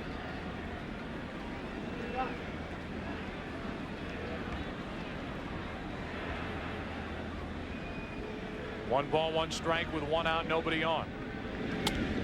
Gonzalez reaching for it, a flare to center. Williams broke back, comes in and gets it. 2 away with Durazo coming up. Change up to Luis Gonzalez, and a nice play by Bernie Williams. Curt Schilling, one of 2 stoppers as a starter for Bob Brenly. And then Byung-Hun Kim is their stopper in the bullpen. But because of the results, naturally, open to question. The third was whether you send Kim back out there for the 3rd inning. throwing 61 pitches. Check swing ground ball off the bat of Durazo, and Messina tags him to end the top of the 6th inning. That's history. In the present, we go to the bottom of the 6th inning in Game 5 with the Diamondbacks up 2-0. Well, as we move to the bottom of the 6th inning with the Diamondbacks up 2-0, Albie Lopez and Troy Brohan, right-hander and a left-hander, getting loose for the Diamondbacks in their bullpen. As the top of the order will bat for the Yankees, Jeter, O'Neill, and Williams against Miguel Batista, who's allowed no runs on 3 hits.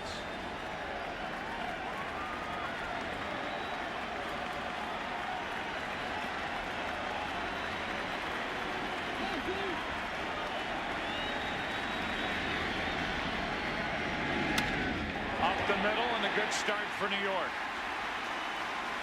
Jeter's 3rd hit of this World Series.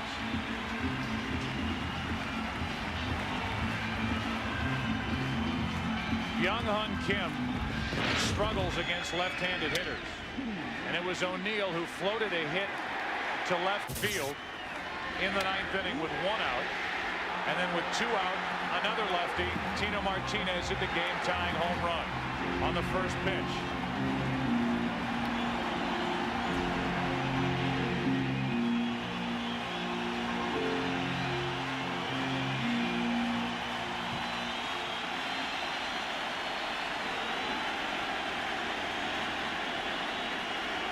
O'Neill 0 for 1 with a walk. Strike 1. We've mentioned it already. This crowd to their feet applauding Paul O'Neill, who has been here with the Yankees since 1993. They call him the Warrior. A player who, when Joe Torre took over this Yankee team, he was told, oh, he's a selfish player. Joe Torre, I tell you, he has seen none of that. Other than Paul O'Neill is a guy who wants to get a hit every time up, and if that makes him selfish, he'll take a team full of selfish players. As Batista steps off and looks at Jeter over at first. Kurt Simmons, an old teammate of mine who I know is listening outside Philadelphia, used to say, give me 25 selfish players with talent, we'll win a lot of pennants. O'Neill won in 1990 with Cincinnati, and then front and center for the Yankees since this run began back in 1996. 1 ball, 1 strike on O'Neill.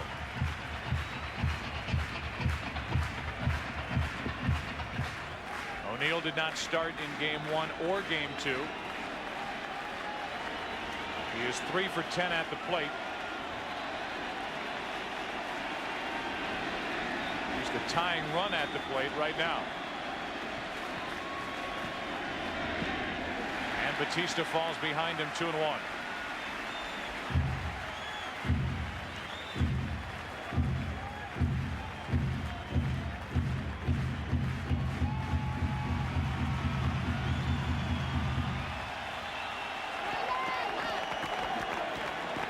Heavily O'Neill, Paul's wife. Paul has hinted that he will retire at the end of the season. He's never flat out said this is it, but he has hinted along those lines. It is widely regarded that this is his final game. The Yankee home pinstripes, and that's foul outside first to even the count at 2-2.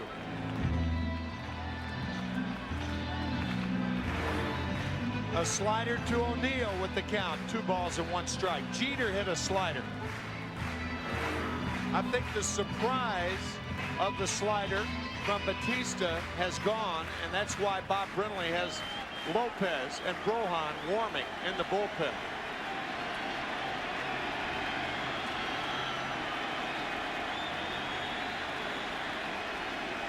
Here's a 2-2. 92 miles per hour with that cut action on it, and on the hands of O'Neill, and it stays 2-2.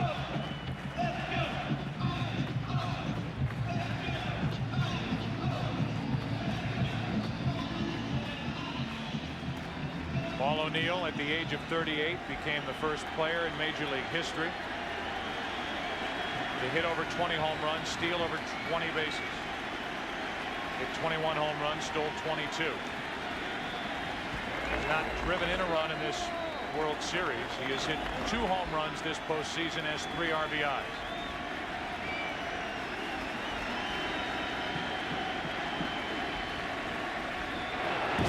Jeter back easily. We showed that hit of Paul O'Neill last night with 1 out and nobody on in the 9th inning. The ball plopping in front of Luis Gonzalez. And you could see Gonzalez in left field playing a more shallow left field with 2 strikes on Paul tonight.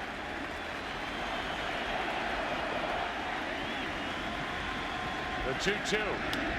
Slow roller to Counsell. Tag for 1 out. Double play. What a play by Craig Counsell, who defensively has been terrific here tonight in Game 5. Proper play by Jeter, trying to knock the ball out of the glove of Counsell. And the gritty Counsell completes the double play. If there were runners on 1st and 3rd in this situation, the runner going from 1st to 2nd stops and gets caught in a rundown. There's no sense in stopping if you're the only runner on. So Jeter doing the proper play, and a fine play by Counsell. And now with 2 out, nobody on, Miguel Batista 1 out away from pitching 6 shutout innings here in Game 5. Bernie Williams stands in his way. Williams 0 for 1 with a walk.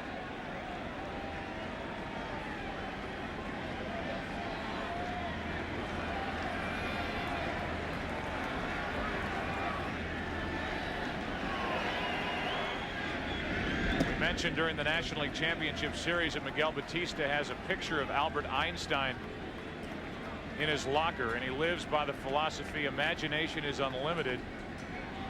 You know what you know, you do what you can do, but imagination is unlimited. A man is as big as he can dream, and who could have dreamed that Miguel Batista would step to the mound after that deflating, devastating loss the Diamondbacks suffered last night, trying to go through 6 shutout innings in Game 5. He's behind in the count 2-0 on Bernie Williams.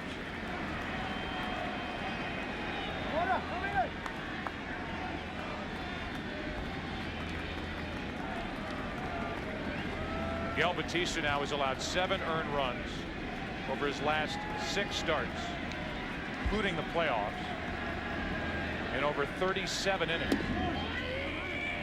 On the outside corner, it's 2-1. Bob Brenly says every time he sees Miguel, Miguel has his eyes on a book.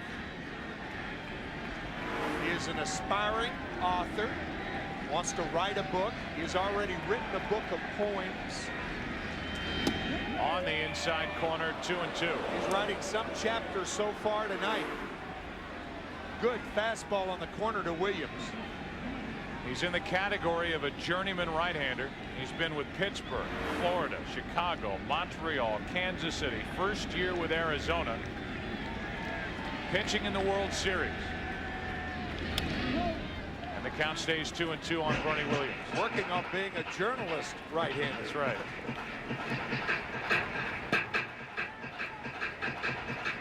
Albie Lopez and Troy Brohan still getting loose out in the Arizona bullpen. With a switch hitting Bernie Williams at the plate, and the left-handed hitting Tino Martinez waiting on deck. Crowd at Yankee Stadium quiet. Counsell again gets to go to his right, sets and throws. Craig Counsell, another strong play. What an outing tonight by Miguel Batista. He gets through 6 shutout innings. We go to the 7th here in Game 5. 2-0 Diamondbacks. Back after this from your local Fox station. Mike Messina has been outpitched by Miguel Batista as the 7th inning rolls in, and Messina will deal with Matt Williams, Steve Finley, and Reggie Sanders. Bottom of the order doing the damage tonight for Arizona. The number 6 hitter Finley with a leadoff home run in the 5th inning.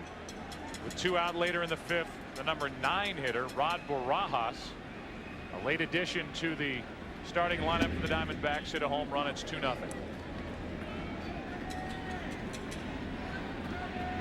Williams is struck out. He's hit a soft line drive caught by Brocious. 0 for 2 and 3 out of 15 in the series.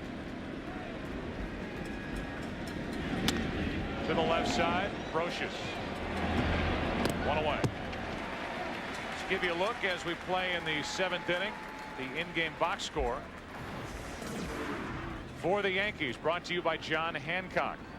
Jeter has a hit. Martinez has a hit. Spencer a hit. Soriano a hit. No runs. A couple of walks handed out. Along the way, Miguel Batista's racked up 4 strikeouts. Here is Finley, who got a 2-run inning started in the 5th with a home run. Ball 1 inside.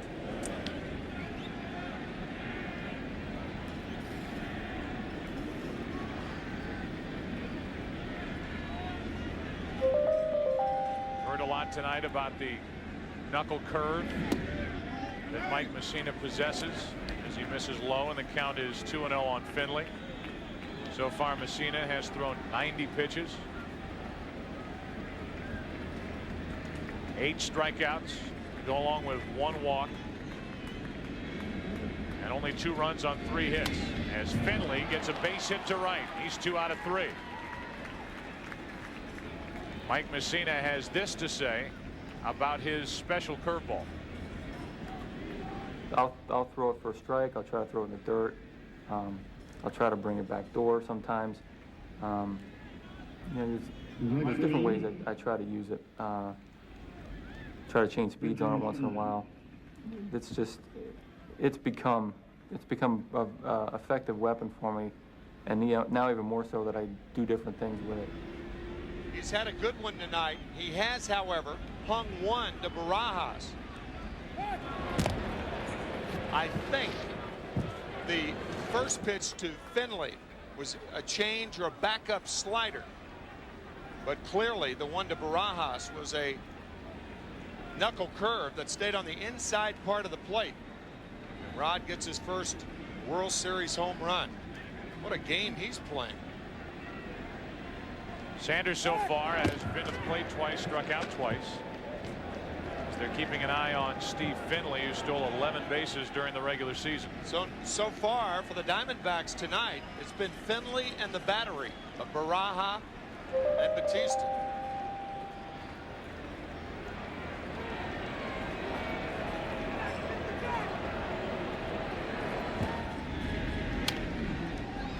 Strike 1 on Reggie Sanders.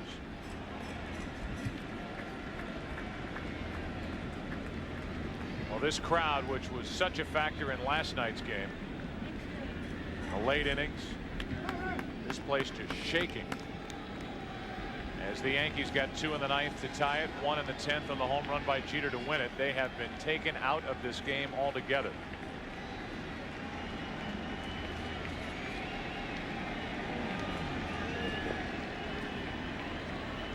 On 0-1. Sanders another foul ball. 0-2. Athletes talk about that rush of adrenaline. What pitching can do to a crowd is put it to sleep, quieten it.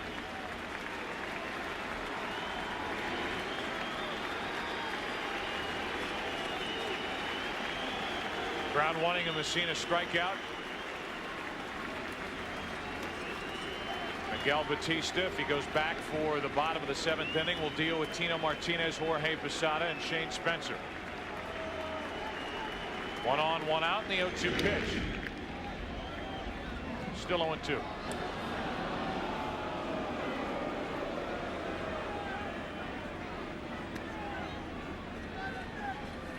So a better outing and effort tonight from Mike Mussina compared to Game 1 of this World Series, but so far it's not good enough. Matched up with Schilling in that game. Matched up with Batista in this game.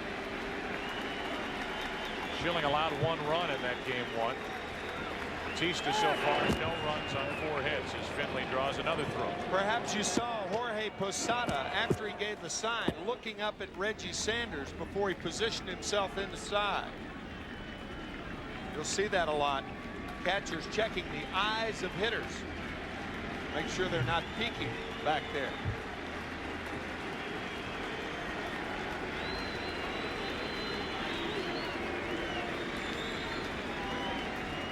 Now a glance down at first where Finley is, and that's on the outside corner, struck him out. Strikeout number 9. The curveballs of Mike Mussina. The first 3 did something. A lot. But this pitch to Steve Finley. First run of the ball game, upper decker, and this knuckle curve staying inside the Barajas. The only scoring of this game. Both home runs coming in the 5th inning. Now it's Mark Grace at the plate. Grace is 0 for 1 with a walk. Runner at first, Finley, 2 out.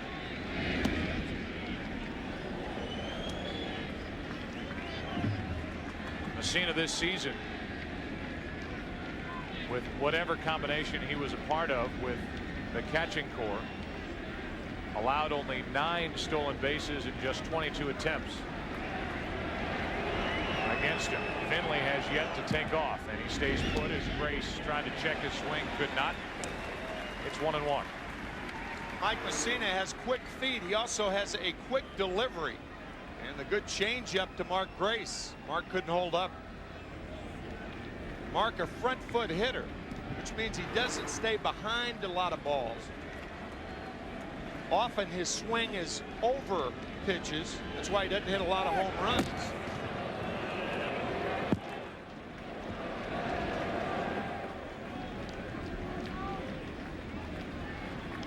Front foot hitter is a guy who actually leaves his back foot. Power hitters, almost to a man, hit off their back foot behind the ball. Here's a 1-1 pitch. In the dirt, gets away from Posada. Finley down to second. Posada couldn't find it. Eventually got there, and now Finley's in scoring position with 2 out here in the 7th. Posada couldn't corral this, and now Mussina falls behind Mark Grace. I know Rod Barajas has a couple of hits, but if I'm Joe Torre, I put him on right here. And that's what they'll do. Grace too dangerous a hitter for a base hit.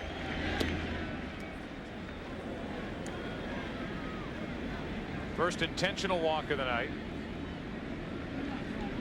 Mussina walked only 2 intentionally all season, and now with 2 on, 2 out, here is one of the heroes for the Diamondbacks in Game 5, Rod Barajas, in the 5th inning. Breaking ball, and got it into the seats and left. Second home run of the inning. Those are the only runs of the night. 2-0 Arizona. Another chance for Barajas. He's also thrown a man out trying to steal. He has singled as Stanton gets loose for the Yankees out in their bullpen. Get back to the top of this lineup. It's one lefty after another. Womack, Counsell, Gonzalez, Durazo. So Stanton's getting loose, but it's Mussina on the mound with 2 on, 2 out. 2-0 Diamondbacks. Barajas. Strike 1.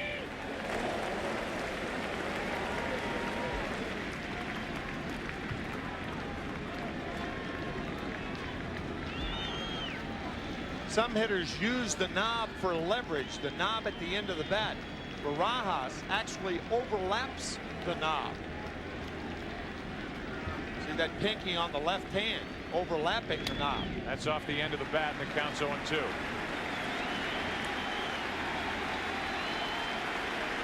And the crowd tries to climb back into it.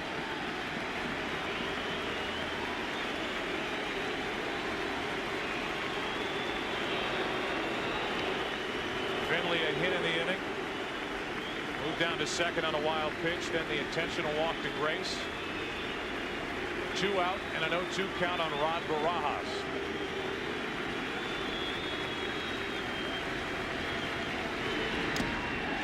Posada can't hang on to the foul tip. Off the plate by Mussina. And as you said, Joe, Jorge cannot hang on.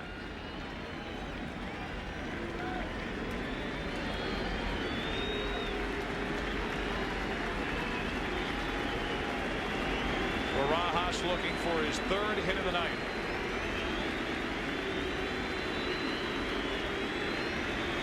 trying to add to the Arizona 7th inning lead. Able to get a piece of that pitch and stay up there. It's still 0-2.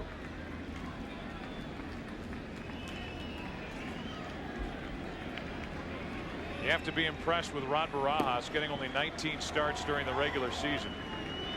26 years old. Bounced back and forth between the big leagues and AAA the last couple of years. Split time this year. Hit only 160 this season for the Diamondbacks. Has 2 hits already. And he lines one into left field. There's Spencer, and the inning is over. Barajas hit it hard, but Spencer was waiting for it. And after a hit and a walk, the Diamondbacks have now left 4 on the night. Time to stretch here at Yankee Stadium. Well, now it's the bottom of the 7th inning, and Miguel Batista's back to work against the heart of the Yankee lineup. Tino Martinez, Jorge Posada, and Shane Spencer, with the Diamondbacks up 2-0. Game 5 of this World Series, with the series even at 2-2. Ball 1 outside. 94 miles per hour from Batista, so he's still throwing hard.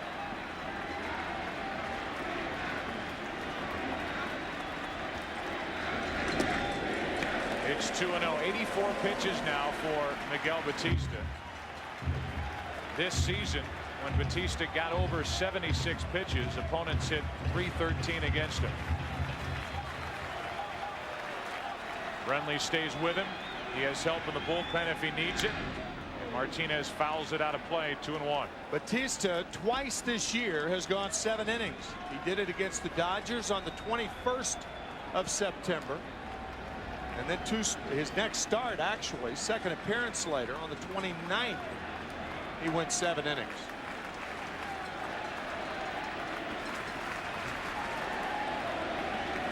There are the numbers. 85 pitches tonight. The 2-1.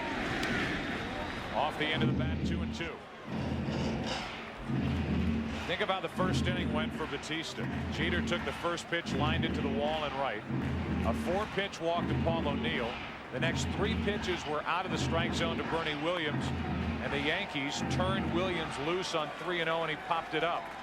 Then a hit by Tino Martinez that caromed right to Reggie Sanders in right to eliminate any chance for O'Neill to score from first, and Posada struck out. The Yankees really haven't put anything together since then. A leadoff walk in the 4th, a leadoff hit in the 5th, a leadoff hit in the 6th. It's a full count on Martinez leading off the 7th. Little chopper back to Batista. 1 away. Our game summary is brought to you by Pepsi. And you have to start with the man on the mound, Miguel Batista. 6 1/3 innings pitched. 4 hits, no runs in his first career World Series start. Mike Mussina struck out 9 in 7 innings. Finley and Barajas each went deep. The series is tied 2-2.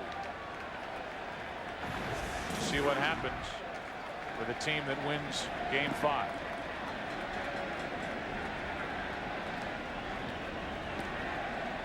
Batista started and then thought better of it.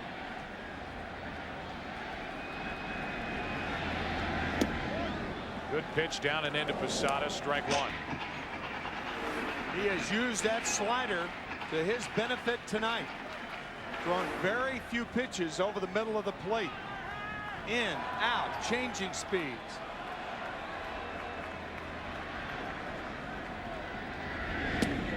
Too far outside. 1 ball, 1 strike. He had a quick look at the 2 remaining starters for Bob Brenly and the Diamondbacks. Randy Johnson on our left as we look at the Diamondbacks dugout, scheduled to start on Saturday night, Game 6. The count goes to 1-2 on Posada. Curt Schilling would work in Game 7 if there is a Game 7 against Roger Clemens. So if the Yankees lose tonight, they've got to beat both Randy Johnson and Curt Schilling. Tall order. Posada set up at 1-2. Just missed. 2-2. Posada struck out and bounced into a double play. The Diamondbacks have turned 2 double plays tonight. And again, Batista starts into his windup and then stops. The last time he did that, he probably was going to throw a fastball. He threw a slider to Posada. We'll see if the slider is coming again. Probably. Got him for the second out of the inning. Strikeout number 5. And Batista is making it look easy here tonight. He finishes off Jorge Posada with the slider, and an indication of how well he is pitching tonight, going in and out, slider, fastball for the most part.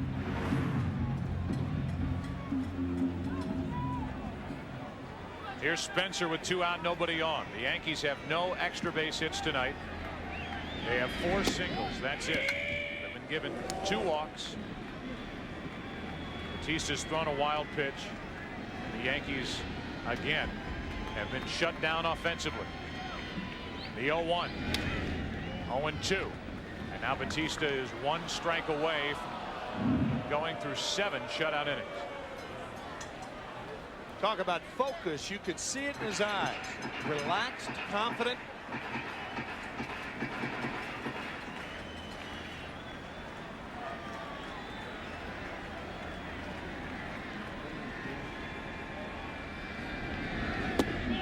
Over but low. We heard from Mark Grace that Batista, in a start earlier in the year, told his manager, don't worry, sit back and enjoy the show. Well, the show tonight is game 5 of the World Series, and he has allowed no runs on 4 hits through 6 2/3 innings. Now it's 2-2.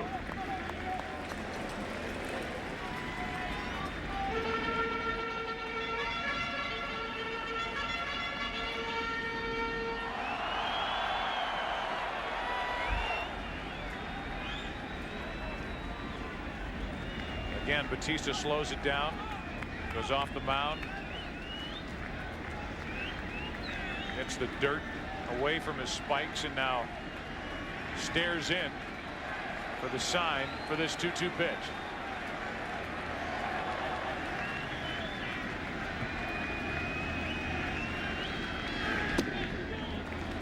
Full count. On deck is the struggling David Justice. 3-2 pitch, a 2-out walk. That'll bring the tying run to the plate here in the 7th inning. Interesting situation for Bob Brenly right here. Rohan was put on the roster, the World Series roster, exclusively for left-handed batters. But I think Brenly wants to pitch to the struggling Justice instead of bringing in Rohan to pitch to Chuck Knobloch. I think he'll take his chances with this matchup. On top of that, you get into the same situation that the Diamondbacks were in last night when they brought Kim in. Rohan is not even eligible for the first 2 rounds of the playoffs and has not appeared in this World Series. So he will stand and watch in the bullpen as Miguel Batista will face David Justice, who's 0 for 2 with a ground out and a strikeout. Ball 1. 100 pitches on the night for Miguel Batista.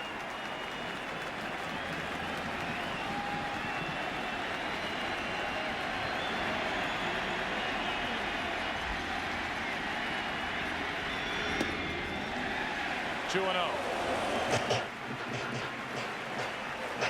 I'm sure some fans, especially Arizona fans, wondering, well, how are they going to do it tonight? How are the Yankees going to get up off the mat and come back on Arizona? Batista trying to end the 7th right here, and he's run the count to 3-0 after a 2-out walk to Spencer.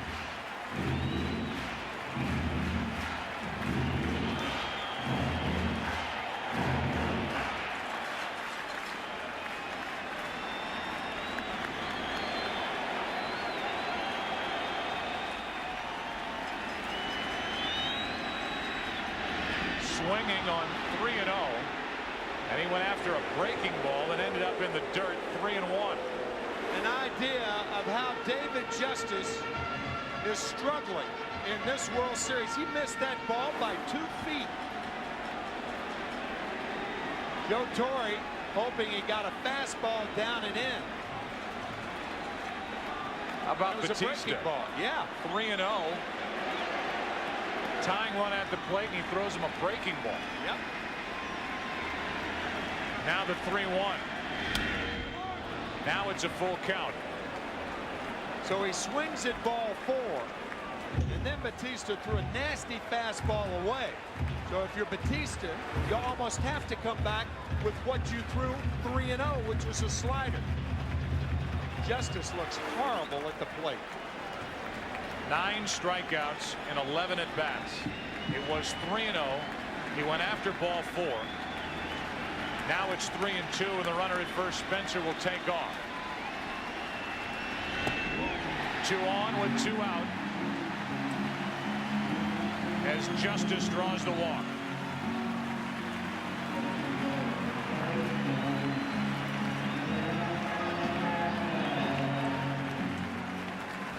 Two walks with 2 outs. You bring Lopez in to face Scott Brocious. Bob Welch out to talk. That means Batista staying in the game. Because if Bob Brenly takes out the pitcher, he does it himself. Remember, Brocious, an inside hitter. If Batista makes a mistake against Scott, he'll want to make it away. He'll give up the single, but not the long ball. That's at least the thinking of a pitcher and a catcher in this situation. And another good indication here as to what the Diamondbacks are working with in their bullpen. You've got Miguel Batista, who has had a 10-day layoff. Pitching, he's over 100 pitches. He just walked back-to-back hitters to put the tying runs on. Chuck Knobloch will take over as the pinch runner for David Justice. He's the tying run, the trail runner at first base.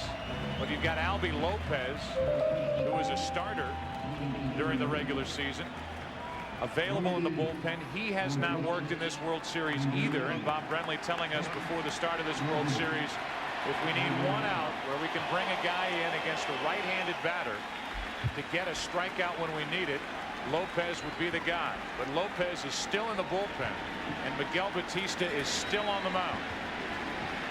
Tying runs are on, 2 out, 2-0 Arizona, 7th inning. Brocious, strike 1. Good pitch over the inside corner. But again, look at Barajas sitting outside, and the slider backs up and stays inside. Martinez grounded back to the pitcher. Posada struck out. A walk to Spencer, a walk to Justice. Now it's Brocious. 1 ball, 1 strike as Bob Brenly tries to avoid his middle relief tonight. And Batista tries to avoid the inside part of the plate to Brocious. Tying runs are on.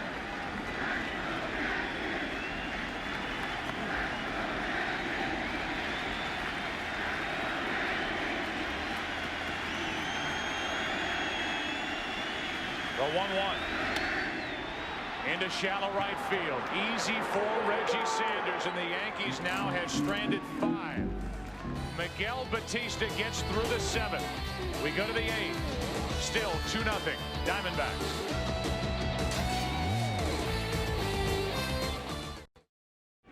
Mike Mussina goes back to the hill in the 8th inning. A bit surprising with the left-handed batters coming up. Womack, Counsell, Gonzalez, Durazo. Stanton's ready in the bullpen, so I'm sure that any hint of trouble, Mussina will be gone. I'm surprised Mike Mussina's back out there also. 4 left-handed batters leading off the 8th inning here. Pitch number 107 on the night is grounded up the middle off the glove of Jeter, and Womack is on to start the inning. So Mussina stays in the game, goes back to work in the 8th, and Womack greets him with a hit. Off the glove of Derek Jeter, Tony Womack had an idea about going to second base. but realizes that he's going to be there anyway because Council's going to bunt him over, as he did 3 times last night.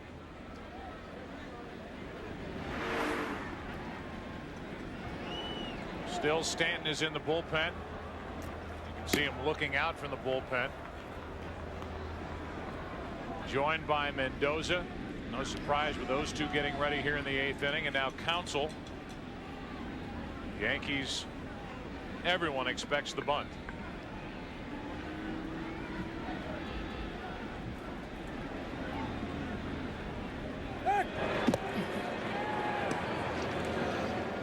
Bob Brenly said he thought about hitting and running last night the second time before Council laid down a bunt.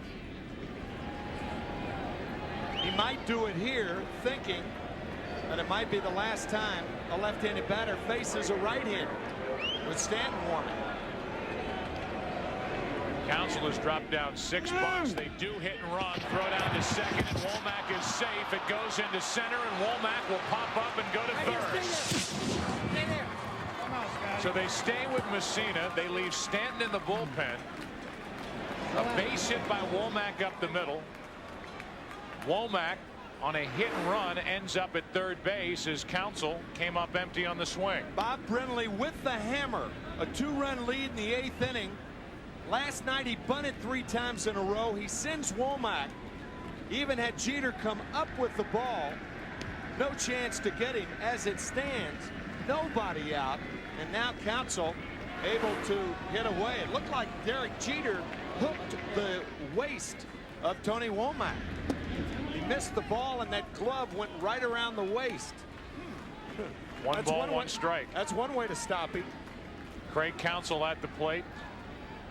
Gonzalez on deck, and still Stanton is in the bullpen.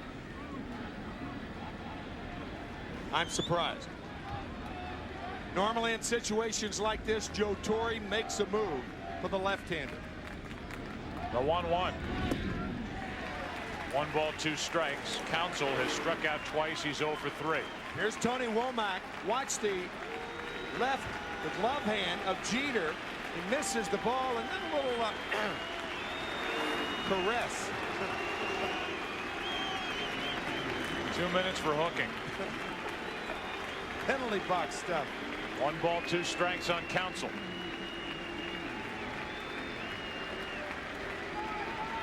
Infield is in. Womack, who can fly, is over at third, and he stays put as Council taps to Martinez. 1 out.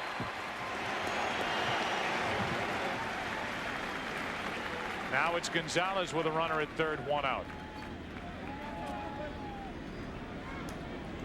And again, at least I keep looking down into the corner of that Yankee dugout, expecting to see Joe Torre come and get the ball from Mike Messina. Me too. Sure Stanton does. Look at him down there wondering why am I warming up if I'm not coming in now. Exactly. 111 pitches on the night for Mike Messina. Luis Gonzalez homered in game 1. He had a hard line drive, his first at bat tonight. Ball 1. Talked about Bob Brenly not being afraid. The manager of the Diamondbacks, instead of playing it safe with a bunt, he puts the hit and run on, and he ends up with Womack over at third. Now 1 out in the inning after Council grounded out, and the count goes to 2-0 on Gonzalez. Rubio Durazo on deck. And it was Durazo last night who doubled off Stanton to give the Diamondbacks the short-lived lead in the 8th inning. You know Stanton's ready. Runner at third, 1 out. And Messina runs into 3-0. Outward appearances, Messina pitching around Luis Gonzalez. I'm sure Brenly will allow Gonzalez to hit here. With Durazo on deck. Runner at third, 1 out, 3 balls, no strikes. There's a strike, 3-1.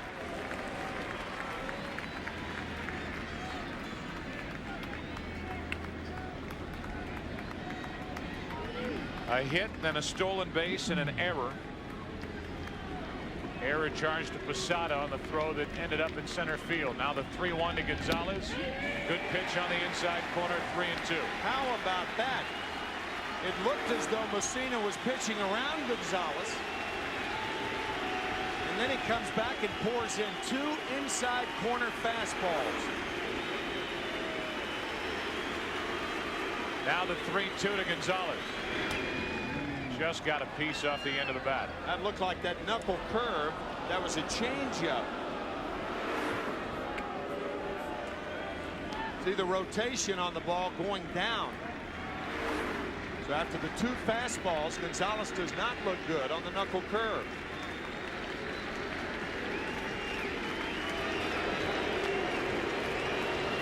Womack at third with 1 out.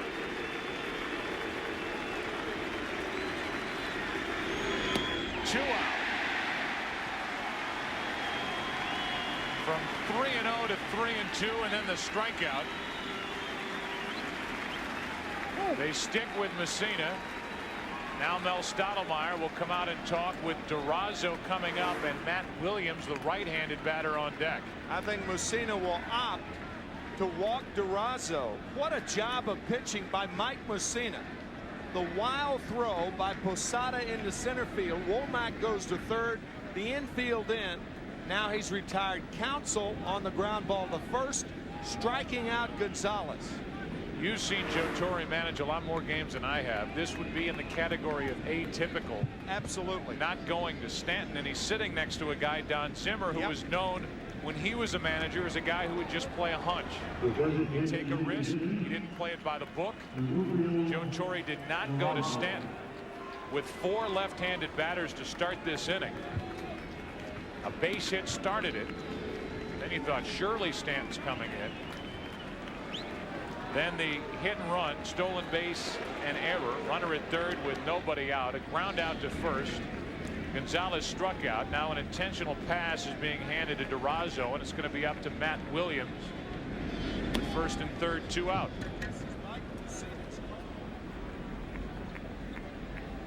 This was Mike Mussina's call. Mel Stottlemyre going out saying, Mike, do you want to pitch to Durazo or Matt Williams? And with 2 out, he's going to pitch to Williams. Matt has not looked good all night on breaking balls away, talking to himself, trying to keep that left shoulder in there. We'll see how Mussina and Posada work Matt Williams.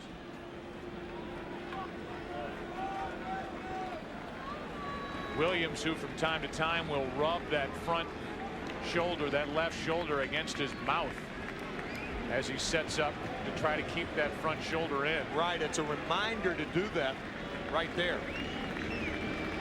Bats with runners at the corners and 2 out. What a lift this would be for New York if Mussina could get out of this. Strike 1 on Williams.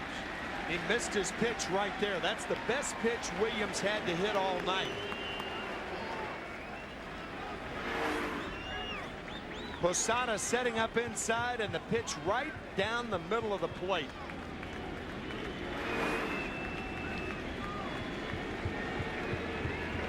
A 2-0 Arizona lead, top of the 8th.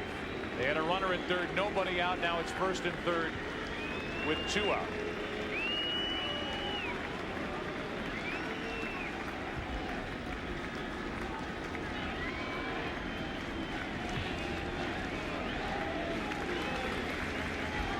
...123 pitches on the night for Mussina.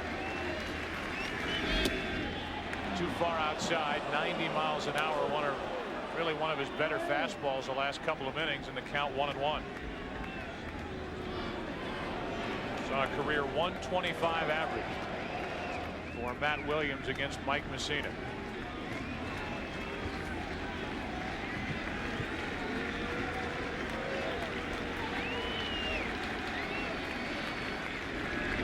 Popped up. Soriano, and the inning is over. What a job by Mike Mussina. A season high 125 pitch night. He gets a pop-up to end the top of the 8th. The Diamondbacks miss a scoring chance, and they still lead by 2. Bottom of the 8th inning now, 2-0. The Diamondbacks still leading. Again, Batista starts his windup and then stops as he faces Alfonso Soriano. 108 pitches on the night for Batista. And he misses with number 109 low for ball 1 to start the bottom of the 8th. Now it's the veteran setup relievers.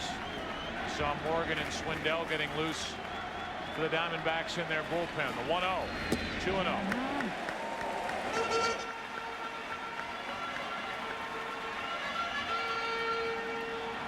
The part of Brenly's bullpen that he would like to avoid, running Batista back out for the 8th, and it's 3-0 on Soriano. I think your point about Batista being out there because of the weakness of the Diamondback bullpen still applies. Soriano's taking, and it's a strike, 3-1. Jeter and then O'Neill will follow here in the 8th inning. What a job by Messina to keep it a 2-run game. 3-2. I like that from this young hitter. Soriano realizing the Yankees 2 runs down, nobody on, trying to get on base. The common thinking is what you got on 3-1 you'll get on 3-2. You don't know with Batista. That's true.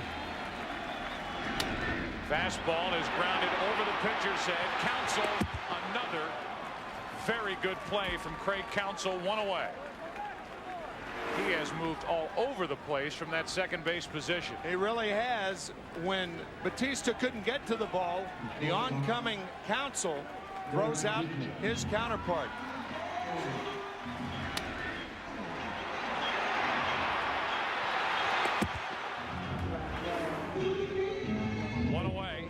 Back to the top of the order for New York. The Yankees have 4 singles tonight against Miguel Batista, who was 11-8 during the regular season, 1-1 in the postseason. He really has made 2 very good postseason starts this year for Arizona. Game 3 of the division series in St. Louis, he won. Game 2 of the National League Championship Series, he pitched well, but the Diamondbacks lost that game. Strike 1 on Derek Jeter. He is saving his longest outing of the year for the World Series. Man. Twice went 7 innings. He's gone 7 1/3. He's still throwing hard enough. Jeter, who's 1 out of 3 tonight, is 3 out of 19 in this series and unable to catch up to this pitch. Bob Brenly telling us that Curt Schilling increases in velocity the later innings. So is Batista. The 0-2 to Jeter. 1 ball, 2 strikes.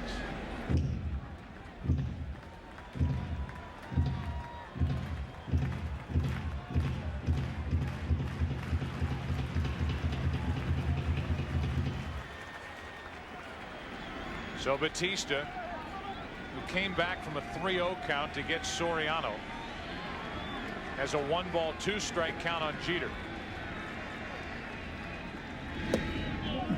Now it's 2-2.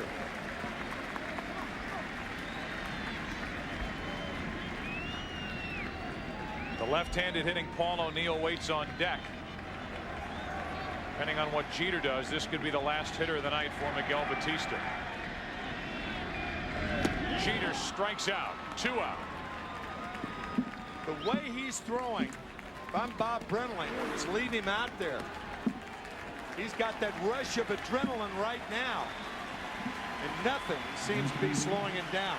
Had Jeter reached O'Neill, who could very well be taking his last swings as a Yankee here at home, would have represented the tying run, and maybe you go get Swindell and go lefty on lefty. But this crowd is now standing and at least in the game for the moment, because one of their favorite players, Paul O'Neill, is at the plate with 2 out, nobody on. 95 miles per hour from Miguel Batista. Paul O'Neill, who is looking at retirement at the end of this World Series. Trying to get on. Get Bernie Williams to the plate. Flashbulbs popping. It's 2-0.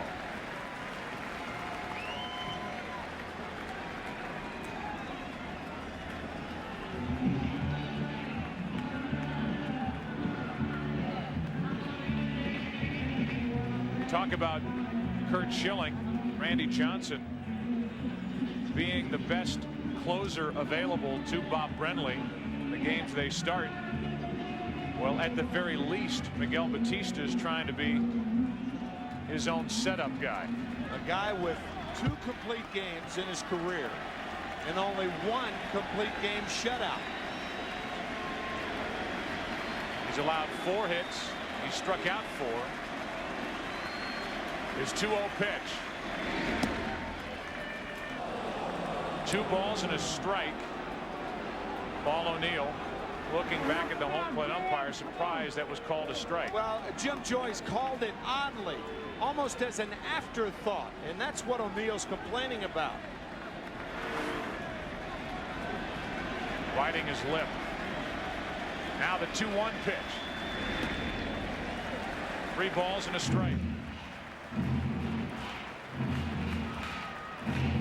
And again, with at least a switch hitter on deck now, but a guy who is more powerful batting left-handed. Bernie Williams, depending on what O'Neill does, this could be the last hitter for Miguel Batista. 123 pitches on the night.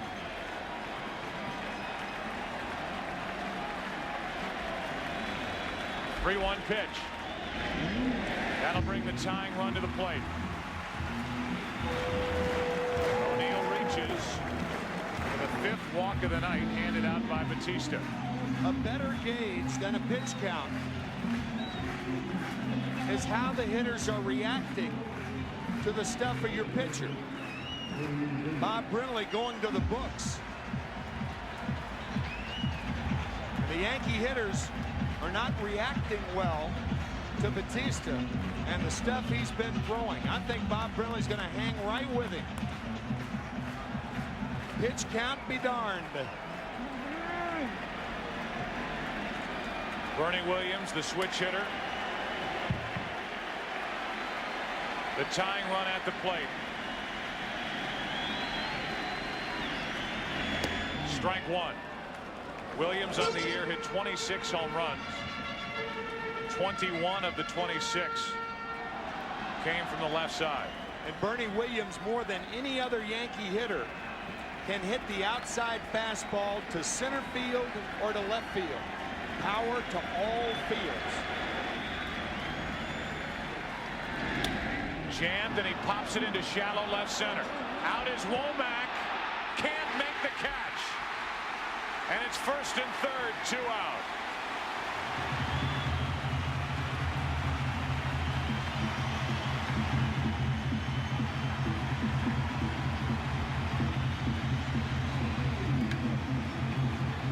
You can see that coming. Yep. Well, the outfielders have to respect the power of Bernie Williams and playing deeply. Tony Womack trying to make an impossible play. Ball off his glove.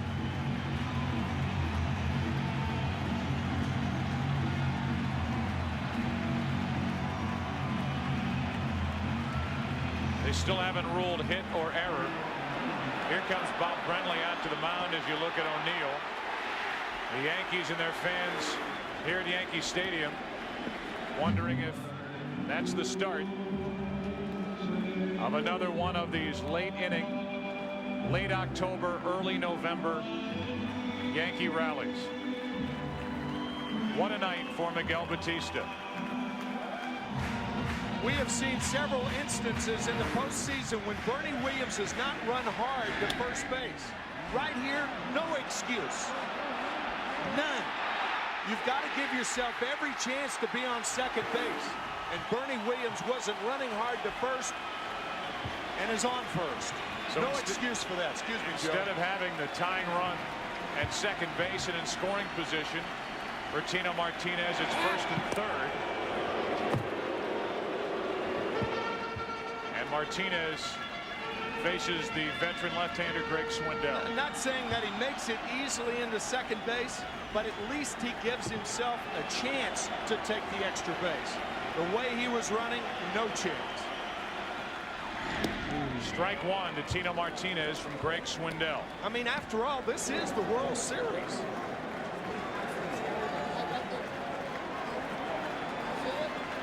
Tino's wife watching as here he is again. Tied the game in the 9th inning last night with a 2-out 2-run homer. Represents the go-ahead run at the plate here tonight. Pops it foul, backing out of play in the count 0-2. Last night, first pitch from Kent. Over the wall in right center to tie the game. 3-3. The Yankees won it in 10 on a home run by Jeter. 4-3.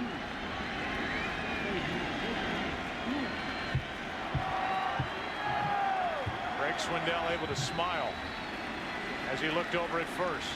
0-2. Martinez just got a piece.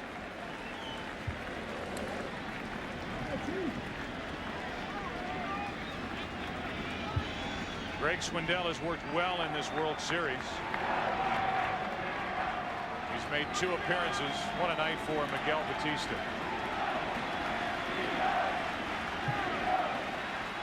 Leaves with a 2-0 lead. But 2 on, 2 out, and the 0-2 to Tino Martinez.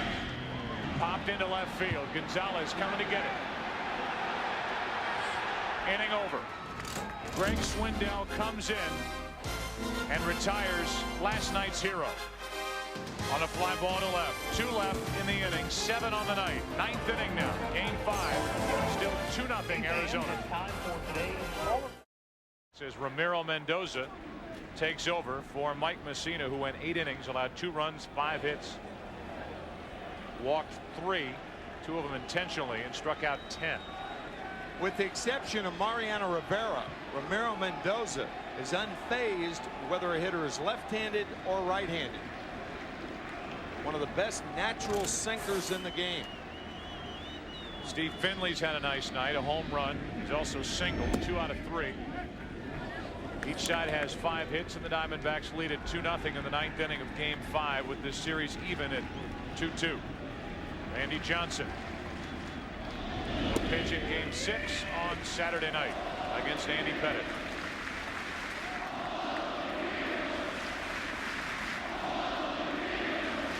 They're chanting Paul O'Neill's name. These terrific fans here in New York. Paul O'Neill just bowed his head a moment ago.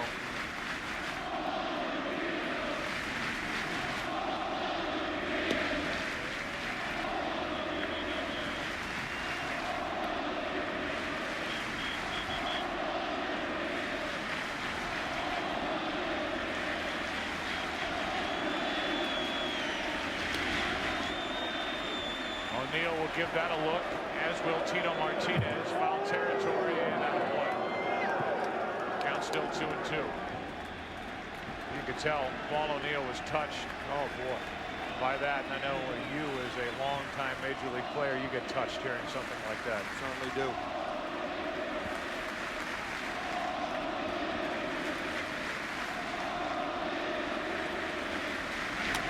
Back up the middle, off the bag, and the 3rd hit of the night for Finley.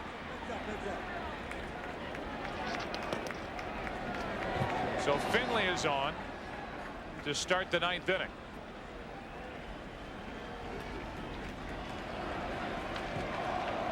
Steve Finley with his 3rd hit of the night. Half of the Diamondback total. Point.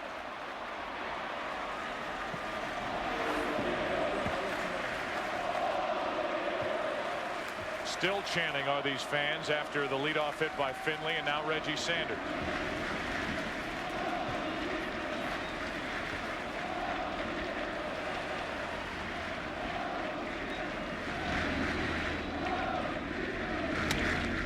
To the left side, Brocious to Soriano. Can't turn the double double play. 5-4 on the force out at second. Ball was not hit hard. Roches quickly to Soriano, but because the ball wasn't hit hard, Finley down on top of Soriano. You can see Steve doing his job. A lot of second basemen use that second base bag for protection. Watch how Soriano steps on the back foot to make the throw to first base, but in the process that takes time, allowing Sanders to beat the play. So 1 on, 1 out for Mark Grace. Over but low, ball 1. You're just joining us. These fans are chanting Paul O'Neill's name because he has hinted that this will be his final year in the big league. Been in New York since 1993. Grace takes a strike. It's 1-1. And when you talk about these fans, before we get into the bottom of the 9th inning, how about a word about the way the fans have acted in this postseason and the job done by Mayor Giuliani and the law enforcement officials who have made this place not only safe but very comfortable. You walk into Yankee Stadium, even with this heightened sense of alert, and you feel comfortable and safe in this ballpark. They have done a wonderful job. Really have.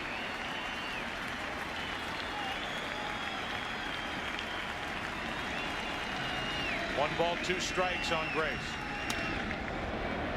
Soriano, Jeter, Martinez.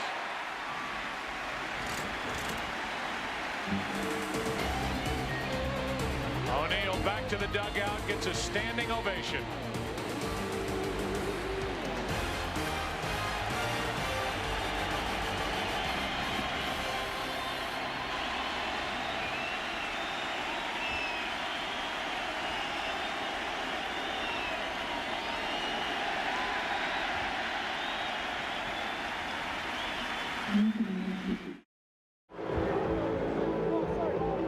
New pitcher Kim, new left fielder Danny Batista. Okay, I got you, sir. How you doing? Good. How's your hand?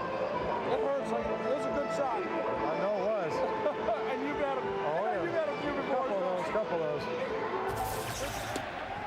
First pitch is strike over the inside corner to Jorge Posada. Danny Batista is the new left fielder. Young Hun Kim, who threw 62 pitches last night, working 2 2/3 innings, is trying to save it. 1 ball, 1 strike. Joe, earlier you mentioned the guts of Bob Brenly, and yet another example right here, putting Kim right back over the coals. After last night, blowing the save in the 9th inning, then getting the loss in the 10th inning.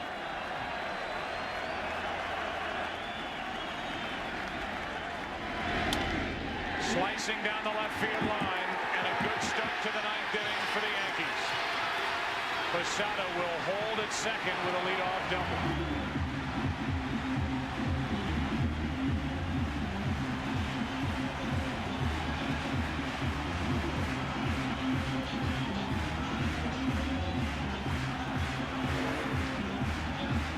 Sinker away, Posada goes away.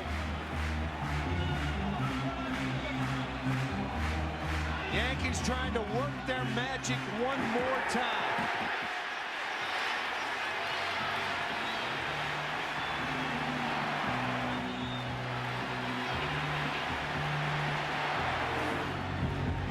If the Yankees fail to score here in the 9th inning, the 7 runs would be the fewest runs scored by one team in the first 5 games of a World Series since the White Sox scored 6 in 1919, and they weren't exactly trying that year.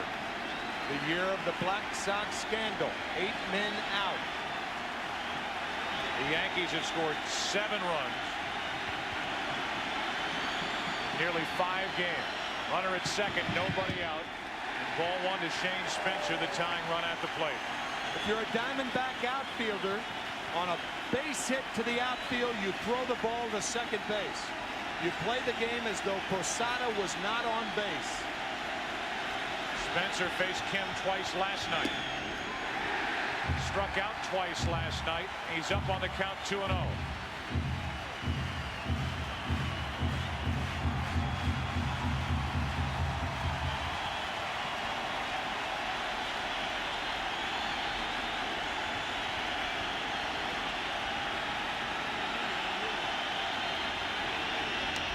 That'll get out of play.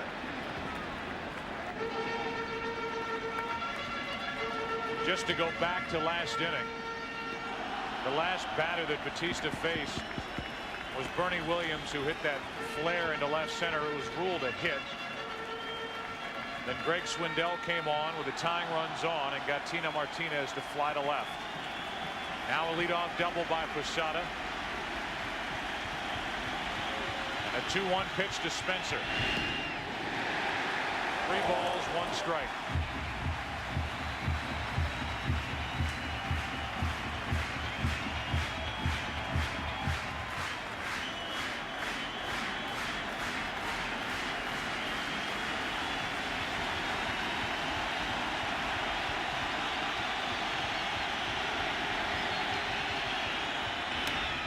To the left side, Williams.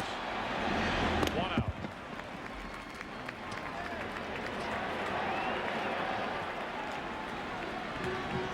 Shane Spencer takes the first slider. Fastball wide. Fouled one off. Slider. Now on the 3-1 pitch. Grounds to Matt Williams. Posada correctly holding at second. Young Hun Kim, from September 1st through the end of the season, pitched in 14 games. Allowed 8 earned runs on 11 hits and 5 home runs down the stretch. He allowed 2 home runs last night. But now, instead of Justice being at the plate, he was lifted for the pinch runner Knobloch back in the 7th. And it's the struggling Knobloch instead of the struggling Justice at the plate with 1 out in the 9th inning, representing the tying run. Strike 1. You could see that ball darting away from Chuck Knobloch. Mike Morgan warming for the Diamondbacks. Talked about it last night, an upshoot. Tino Martinez with the 2-run home run off Kim. Jeter with the game winner. Runner at second, 1 out. Knobloch. Another foul. It's 0-2. Talk about left-handers and their success against Kim, who allowed 10 home runs during the regular season. 8 against left-handed hitters. The only left-hander that Joe Torre could call on here in the 9th inning off his bench is Enrique Wilson, switch hitting infielder.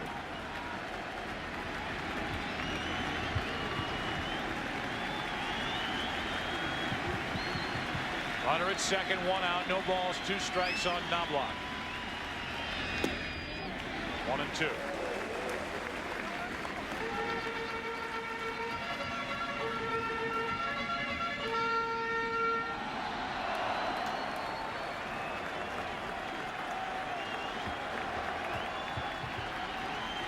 Kurt Schilling was in that same position last night watching Kim. A 1-2 pitch. Another foul off the bat and then off the mask or helmet of Barajas. It's still 1-2. We mentioned it last night. When you throw from that angle, the pitch cannot go down. The only pitch that goes down that Kim throws is a sinker. When you get the breaking ball, it's at least on the level plane. But more often than not, as we said, it goes up in the strike zone.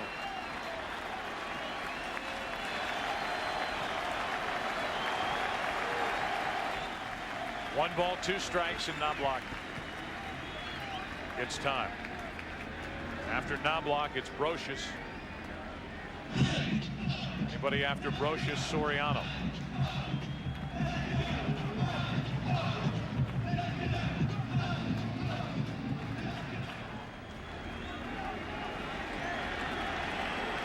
You have to go 3 more batters before the Yankees will send a left-hander to the plate, Paul O'Neill.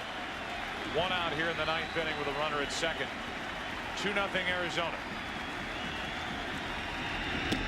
Got him. 2 gone.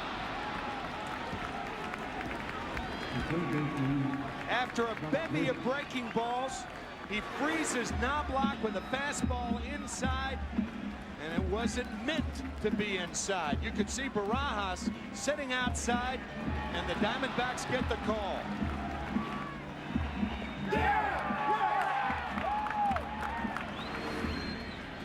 Now it's up to Brocious for New York. Gotta say, Joe, when a catcher crosses the plate like that, normally you don't get that strike. But a huge pitch for Kim. Ball one. The Yankees are now 1 for 24 with runners in scoring position in this World Series. Last night, Brocious faced Young-Hun Kim twice, struck out and fly to right. Tying run at the plate. Runner at second, 2 out, 2-0 Arizona here in Game 5. Brocious hits one into left. Back at the wall. The Yankees have tied it again.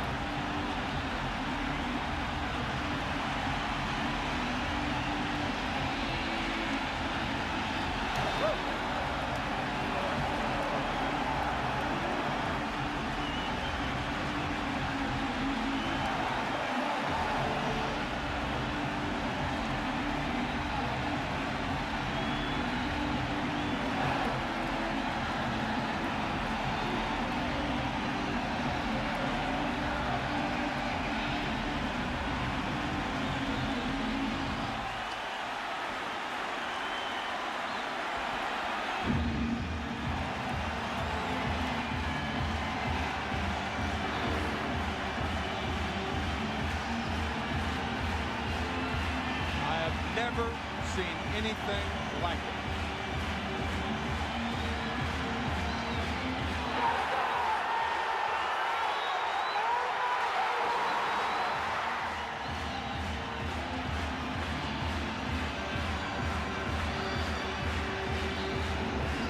It borders on the surreal here in the Bronx.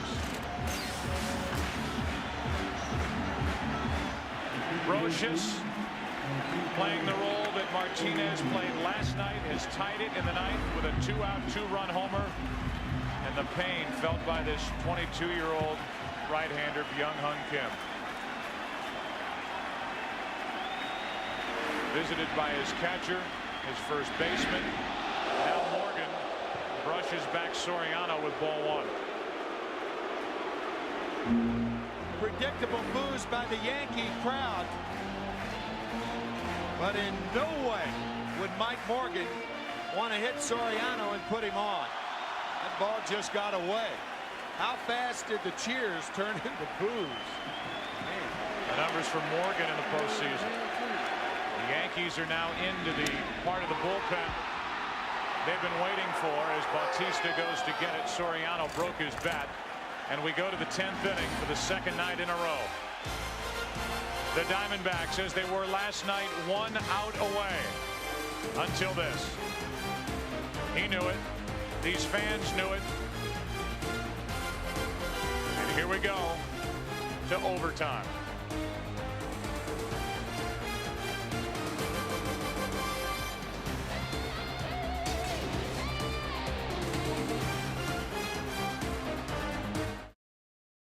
The instant it left the bat of Scott Brocious, he knew it.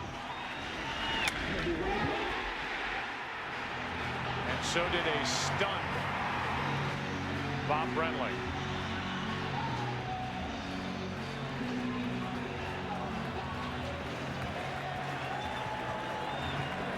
Out of freeze frame, in shock.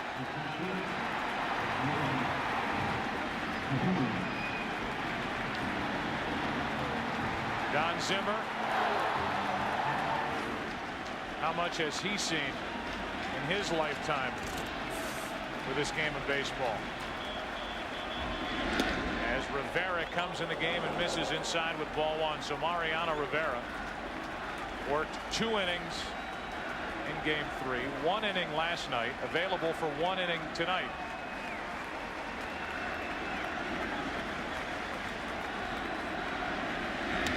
One and one. Off day tomorrow, travel day, one way or the other. And I wonder if Joe Torre will change his mind if Rivera has an easy 10th inning and the Yankees fail to score in the bottom of the 10th. He threw 29 pitches in game 3, 13 in game 4. That's a reference to a remark made by Kurt Schilling prior to the start of this World Series during a press conference, poo-pooing the mystique and aura of Yankee Stadium. He may have a different feeling about that now. Lou Piniella, for the most part, the manager of the Seattle Mariners, did the same thing, trying to prepare the players, guys behind him. Shattered bat. Another one for the woodpile. And Soriano takes care of Ron Barajas. One away in the top of the 10th. Lou Piniella, in Pinella's case, trying to get his players to forget about whatever mystique and aura there is about Yankee Stadium. But after what's happened the last 2 nights, how could you? Just after the clock struck midnight last night, Derek Jeter struck for a game-winning 10th inning home run about 12:04 a.m. Happened about 10 to midnight tonight. At least the tying home run off the bat of Scott Brocious. By the way, Jeter will lead off the bottom of this 10th. 1 out, nobody on, 1 ball, no strikes on Womack. Soriano. 2 out. There is nobody who respects Derek Jeter more than Joe Torre, not only for what he has done for Joe Torre and the Yankees since being the Rookie of the Year in 1996, but last night at 10:30, Derek Jeter sat next to Torre and he said, "You're going to leave tonight a little after 12." First he told him at 10:30, well, you got an hour and a half left on your contract. Right. And then told him at 5 to 12, you're about out of time. And just after 12, won the game with a home run to right. Because the postseason was pushed back 1 week. Joe Torre's contract is expired. Then Jeter turned to Don Zimmer and said, you're going to come back tomorrow, aren't you? All done kiddingly. Joe Torre telling us that to remind us how aware and how cool Jeter is even during a World Series game. It's coming up on midnight. A 2-2 score, top of the 10th, 2 out, nobody on, 1 ball, 2 strikes on Counsell.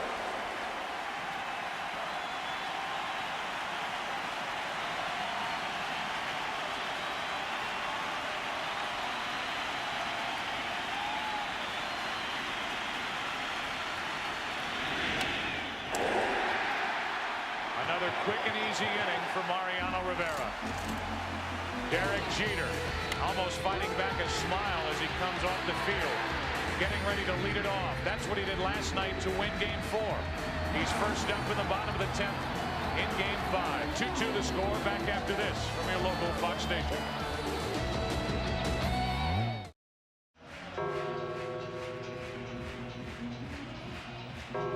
There are those chimes again just after midnight, early November 2nd here in New York.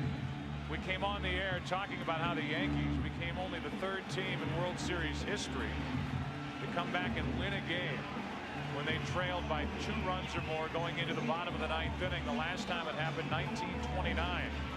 They're trying to do it back-to-back games. And Derek Jeter, who's been fighting back a smile since he started to leave the field in the top of the 10th. And by the way, Rivera only threw 10 pitches in the top of the 10th. And the bullpen for the Yankees is quiet. Jeter will lead it off with Paul O'Neill and then Bernie Williams. So O'Neill may get another home at bat and will unless Jeter ends it right here. Facing Mike Morgan and taking ball one.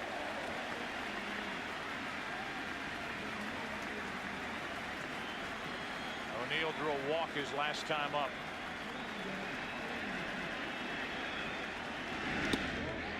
One ball, one strike from Mike Morgan, the 42-year-old right-hander.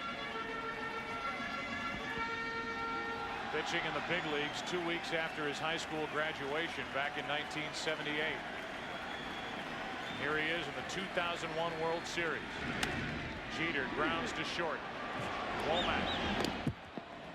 Leadoff man is gone, and Paul O'Neill does get another home at bat.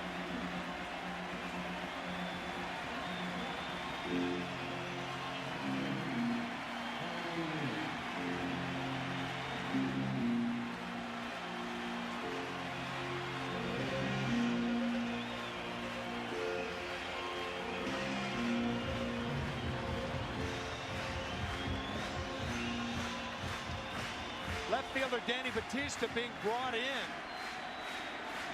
right before Paul O'Neill stepped up there. Ball one. Eddie Rodriguez responsible for moving the outfielders, and the Diamondbacks are not going to be beaten like they were last night. The off-fielder is in. Some felt that Gonzalez was too deep last night. I did not happen to think that.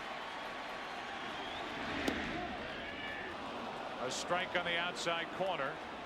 One ball, one strike on Paul O'Neill, who has hit very well against this veteran right-hander in his career with 2 home runs. Got to figure anything from Morgan's going to be away to O'Neill unless it's a ball inside. To the right side, 2 hops to Counsell. 2 out. And with the bases empty, Bernie Williams will bat. One last toss of the helmet for Paul O'Neill here at Yankee Stadium. Maybe. Unless the lineup turns over and he bats a couple of innings from now. That reaction that the Yankees and their fans have seen after unsuccessful at bats by O'Neill. Now with 2 out, nobody on, Bernie Williams, who's 1 for 3 with a walk, a single, and who has hit 16 career postseason home runs, takes a ball. What a night tonight for Mike Mussina. 8 innings, 2 runs, 5 hits, 3 walks, 10 strikeouts. The reason the Yankees are here is what Mike Mussina did in the 8th inning. Go back to that missed opportunity for Arizona. A leadoff hit by Womack up the middle. Hit and run. Stole second. Went to third on a throwing error by Posada. Was standing there with nobody out. Counsell, Gonzalez, and Williams couldn't bring him home. 2-2 in the bottom of the 10th. A 2-0 count on Bernie Williams with 2 out, nobody on, and Rivera will go back out for the 11th if needed. That is a fair ball. Barajas makes the play, and it's a 1-2-3 10th inning for the veteran Mike Morgan. We go to the 11th. Rivera back to the hill. Still tied 2-2.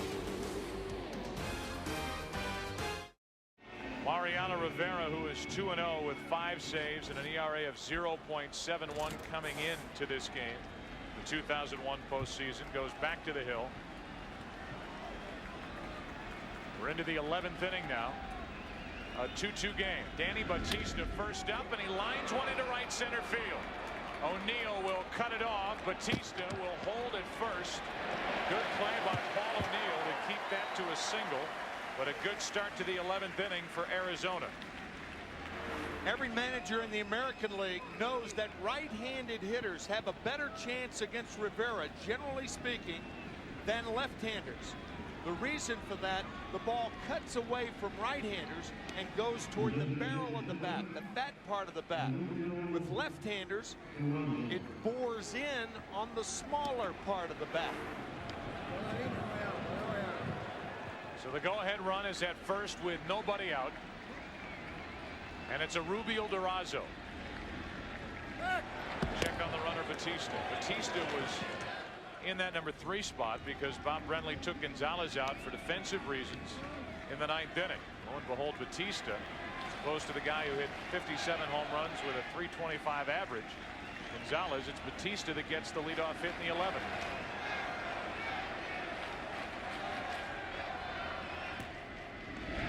Durazo breaks his bat. That might drop into center. It does. First 2 are on for Arizona here in the 11th inning.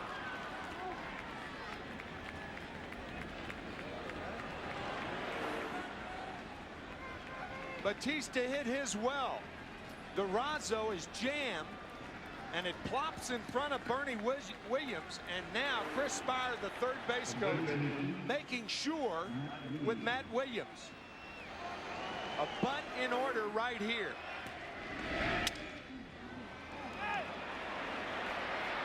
If I'm the Yankees, I look for a rare bunt out of Matt Williams. We'll see. Runners on at first and second with nobody out.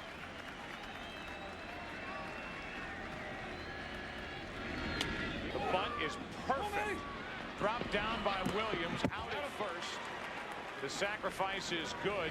3-4, and I mean Matt Williams, who has not been asked to bunt much in his big league career, couldn't have rolled it out there any better. He lays a blueprint down the first base line. Perfectly executed. And now the Yankees are going to walk Steve Finley to get to low ball hitting Reggie Sanders. Come on, Reggie.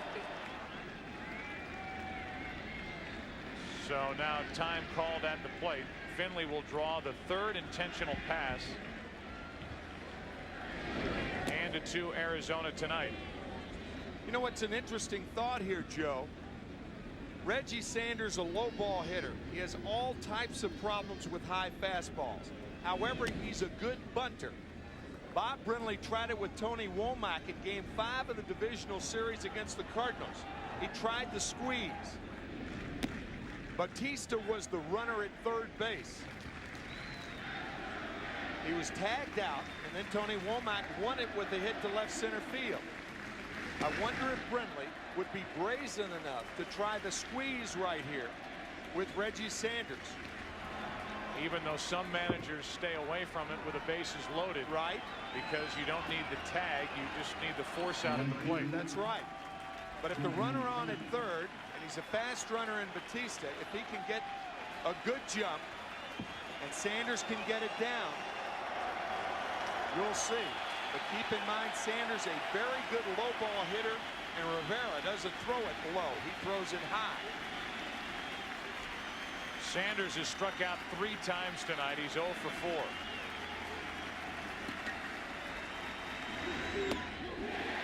.94 miles per hour for strike 1.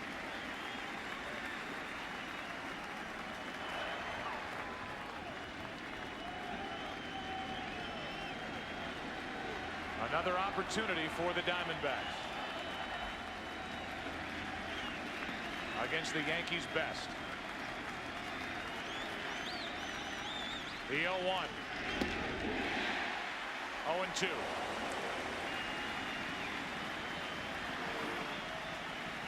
Rivera elevating. While in the postseason, Rivera has been automatic during the regular season this year. Rivera blew 7 save opportunities and had an overall record of 4-6. 2 hits, a bunt, an intentional walk, and time called prior to the 0-2 pitch to Reggie Sanders. Bautista, Durazo, and Finley the runners. Line drive, caught, diving catch, Soriano, 2 out.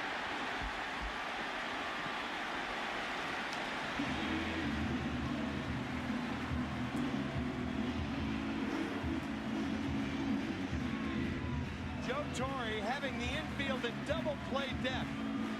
If the infield is in, perhaps this ball's by Soriano.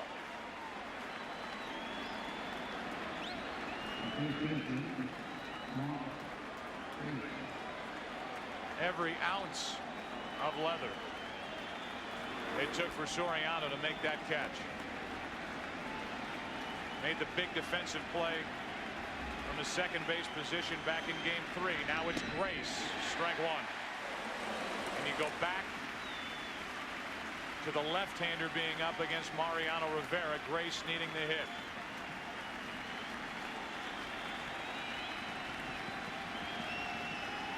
Bases loaded, 2 out, 2 strikes.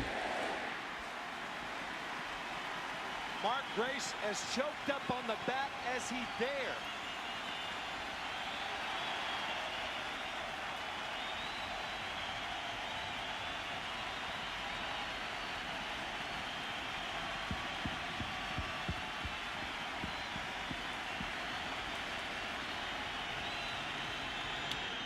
Left side, Brocious, inning over.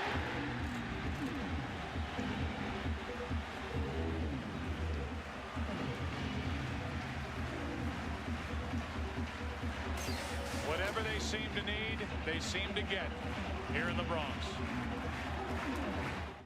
Mike Morgan back to work, the only player from 1978 who is still in the major leagues. He joined the Oakland A's 1 week after graduating from Valley High School in Las Vegas.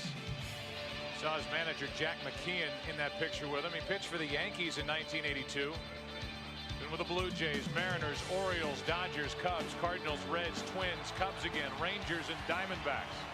When Mike Morgan broke in, Alfonso Soriano wasn't born, and he made the play in the 10th inning to temporarily keep it a tie game.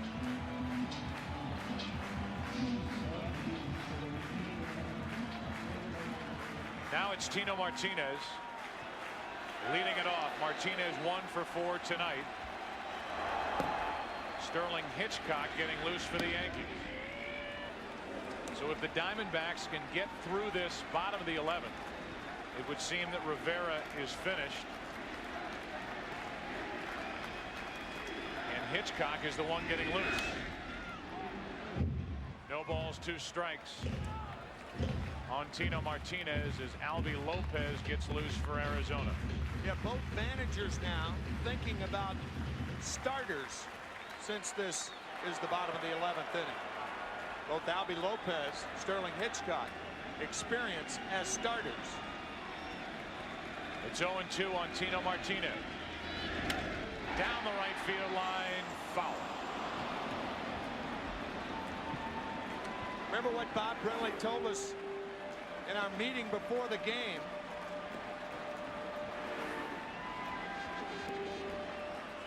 Barajas trying to come inside. It was Martinez who hit an inside fastball last night. If you're going to make him hit the ball, you got to go away. That's where they set up. They miss away, and it's 1-2. Tino Martinez will be followed by Jorge Posada and Shane Spencer here in the 11th. Unless it ends before that. 2-2. Here's a 1-2 pitch, and it's fouled off the fencing in front of the Yankee dugout. Mike Morgan flirting with danger, throwing Martinez inside in this ballpark. You make a mistake away, it's a single. Inside, this game could be over.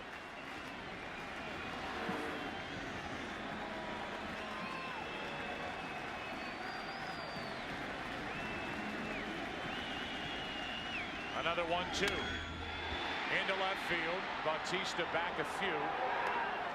1 out.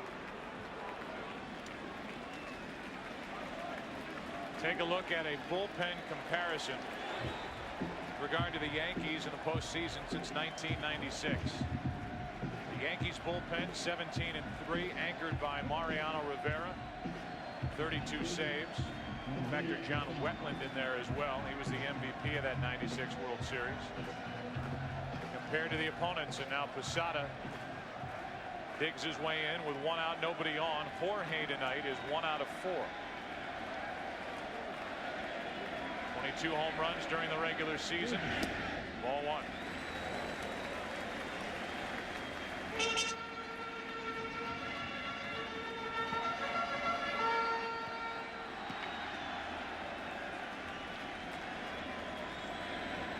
Mike Morgan has retired all 5 Yankee hitters he has faced. Ended the 9th by getting Soriano on a broken bat fly ball caught by Batista in left. 1-2-3 10th against Jeter, O'Neill, and Williams, all ground balls. There's 1 out here in the 11th. A 2-0 to Posada. A strike called, and Posada barks at the home plate umpire Jim Joyce. Barajas sitting outside, and Morgan gets the call.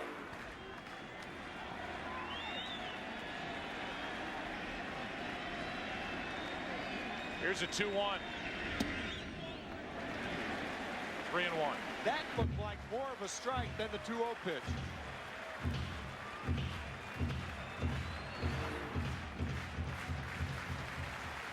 Certainly higher. So the count 3-1 with 1 out, nobody on. Posada way out in front of a changeup, full count.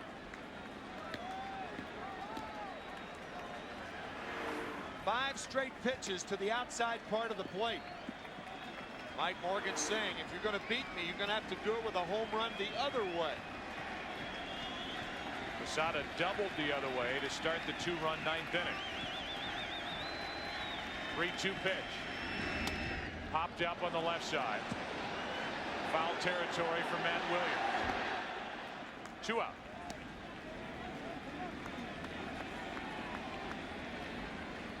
And now Shane Spencer will be the hitter.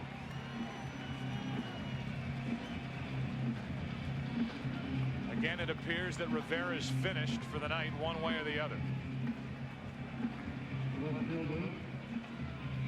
He had a 10-pitch 10th inning. Got into trouble and out of trouble in the 11th. 2 out, nobody on. Spencer takes a strike. What a job by Mike Morgan to this point. He's retired 6 straight.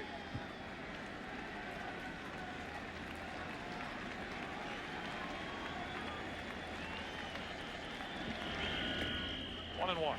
The Diamondbacks in their no doubles defense. Outfielders are deeper than they would normally be, particularly with Shane Spencer up there. Steve Finley in another area code in center.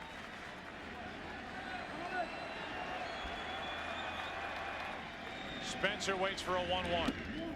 2 balls and a strike.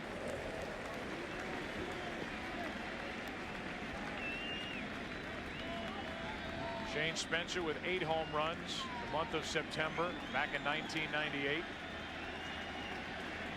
Missed last year's World Series with a torn knee ligament. He's not only available for this World Series, but boy, has he really played well both defensively and offensively, and he had a pretty good hack at a pitch that was up in his eyes. The count's 2-2. Played well on both sides of the ball. Base is empty with 2 out and a full count with Knobloch on deck. It's 2-0 Arizona till the 9th. The runner at second and 2 away. Scott Brocious tied the game with a home run. Now Spencer pops it up. Counsell out to get it. And we go to the 12th. Mariano Rivera has thrown 23 pitches, is likely finished. What a job by Mike Morgan. 42 years old. In his first World Series, he gets this game to the 12th. Sterling Hitchcock takes over for the Yankees.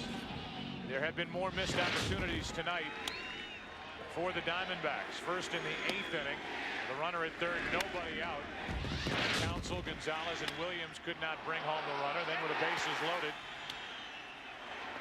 this by Reggie Sanders and Mark Grace. So Rivera got through 2 innings, and it's Sterling Hitchcock who hasn't pitched since working 3 shutout innings with only 1 hit allowed and 6 strikeouts in Game 1 of this World Series back in Phoenix. And Barajas, who has 2 hits and is 2 for 4. Big swing, strike 1. I think managers, as we said the last inning with Lopez and Hitchcock, two former starters. Two starters this year for Bob Brenly and Joe Torre are out there. They're looking for more innings now. Deeper in the bullpens. Change up, and it's 0-2.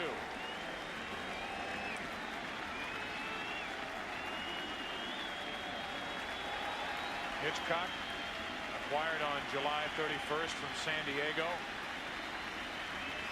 Free agent to be. Used to be with the Yankees, now he's back. Working in a tie game, 12th inning, game 5.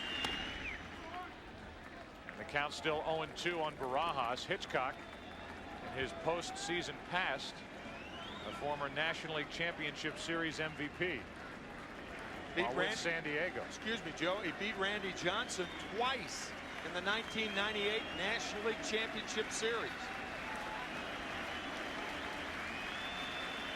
Another 0-2 pitch. Soriano to his left, has time with Barajas running. 1 out.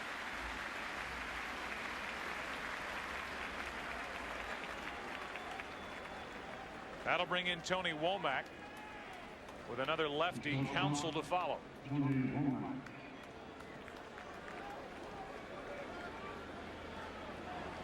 The only runs of this game, a leadoff home run by Steve Finley for Arizona in the 5th inning. A 2-out home run by Rod Barajas. The Yankees did not score until the bottom of the 9th. Leadoff double by Posada and a home run. 2 out by Brocious. On that wide outside corner, 0-1.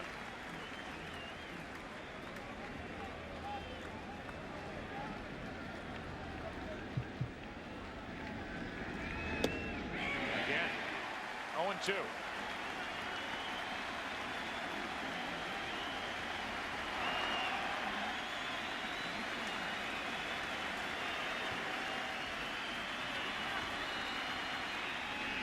Breaking ball popped up. Slicing to Spencer, 2 out.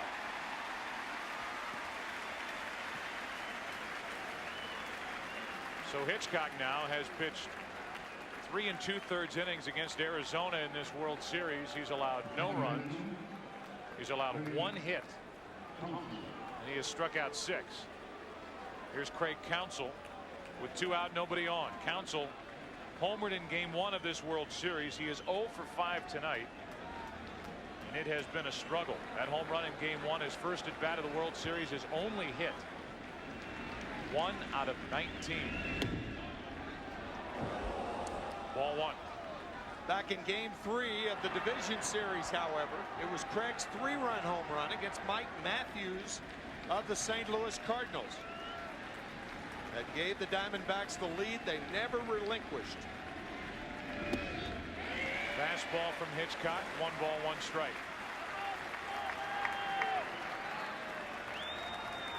Hitchcock's final start of the year came on October 1st. A complete game victory against the White Sox. Counsell hits it into right center field. Good work by Hitchcock as Williams puts it away. And we go to the bottom of the 12th inning here at Yankee Stadium. Still tied 2-2. Back to New York after these messages from your local Fox station.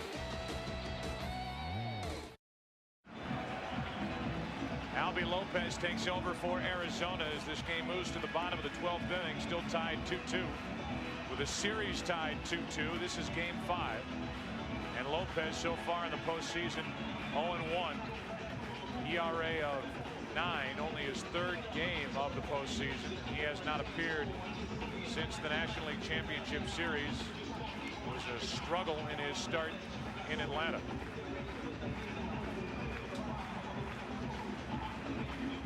I think what Chuck Knobloch might be looking for leading off the bottom of the 12th inning is a walk. I think he'll take at least 1 strike off Lopez. Give him a chance to get nervous. First World Series appearance. Lopez in his career 0-3 with an ERA of 3.71 against the Yankees. And with Cleveland. He's been with Tampa Bay. Picked up by Arizona midseason. Knobloch, first pitch swinging, base hit. So much for that thinking. So the winning run is on for New York, as Knobloch is now 1 for 2. Knobloch gets a low fastball. He hits it off the end of the bat. Unofficially, this World Series, there may be fewer balls hit on the good part of the bat than any series. Of course, you didn't find that out. But pitching has dominated, and look for Brocious to be bunting. Knobloch was 0 for 13 prior to that hit. And the bunt is foul. Brocious, the reason this game is in the 12th, at least one of the reasons. The main reason. With a 2-out, 2-run home run to tie it off Byung-Hyun Kim.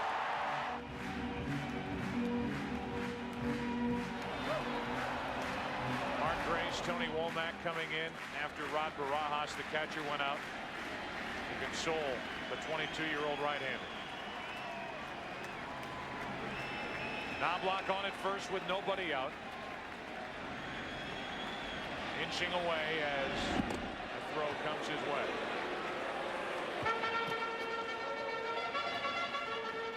As a starter in Game 4 of the NLCS in Atlanta, Albie Lopez lasted only 3 innings. Allowed 2 runs on 5 hits. The bunt by Brocious is perfect. Sacrifice 3 unassisted. And the potential winning run is in scoring position. Brocious has done it with the long ball, and now he does it with a bunt down the first baseline to try to set up the game-winning hit. One of the great descriptions of a good sacrifice bunt. Catch the ball with the bat, and Brocious did it beautifully.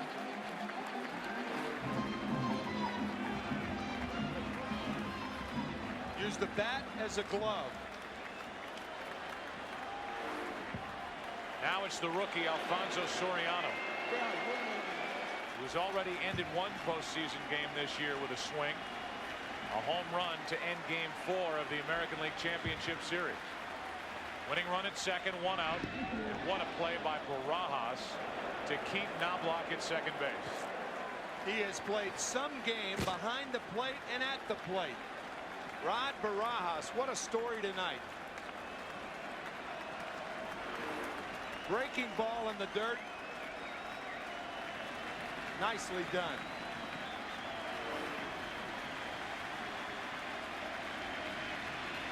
Soriano trying to be tonight's hero. Takes ball 2, 2-0. After Soriano, it's one of last night's heroes, Derek Jeter.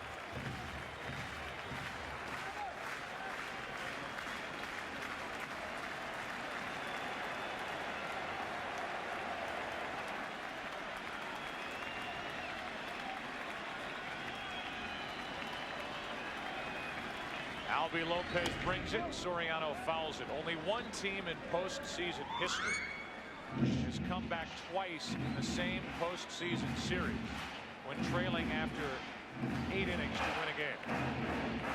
It happened in the National League Championship Series in 1986. The Mets against Houston, games 3 and 6. It's never happened in the World Series. Yankees did it last night. Trying to do it here tonight.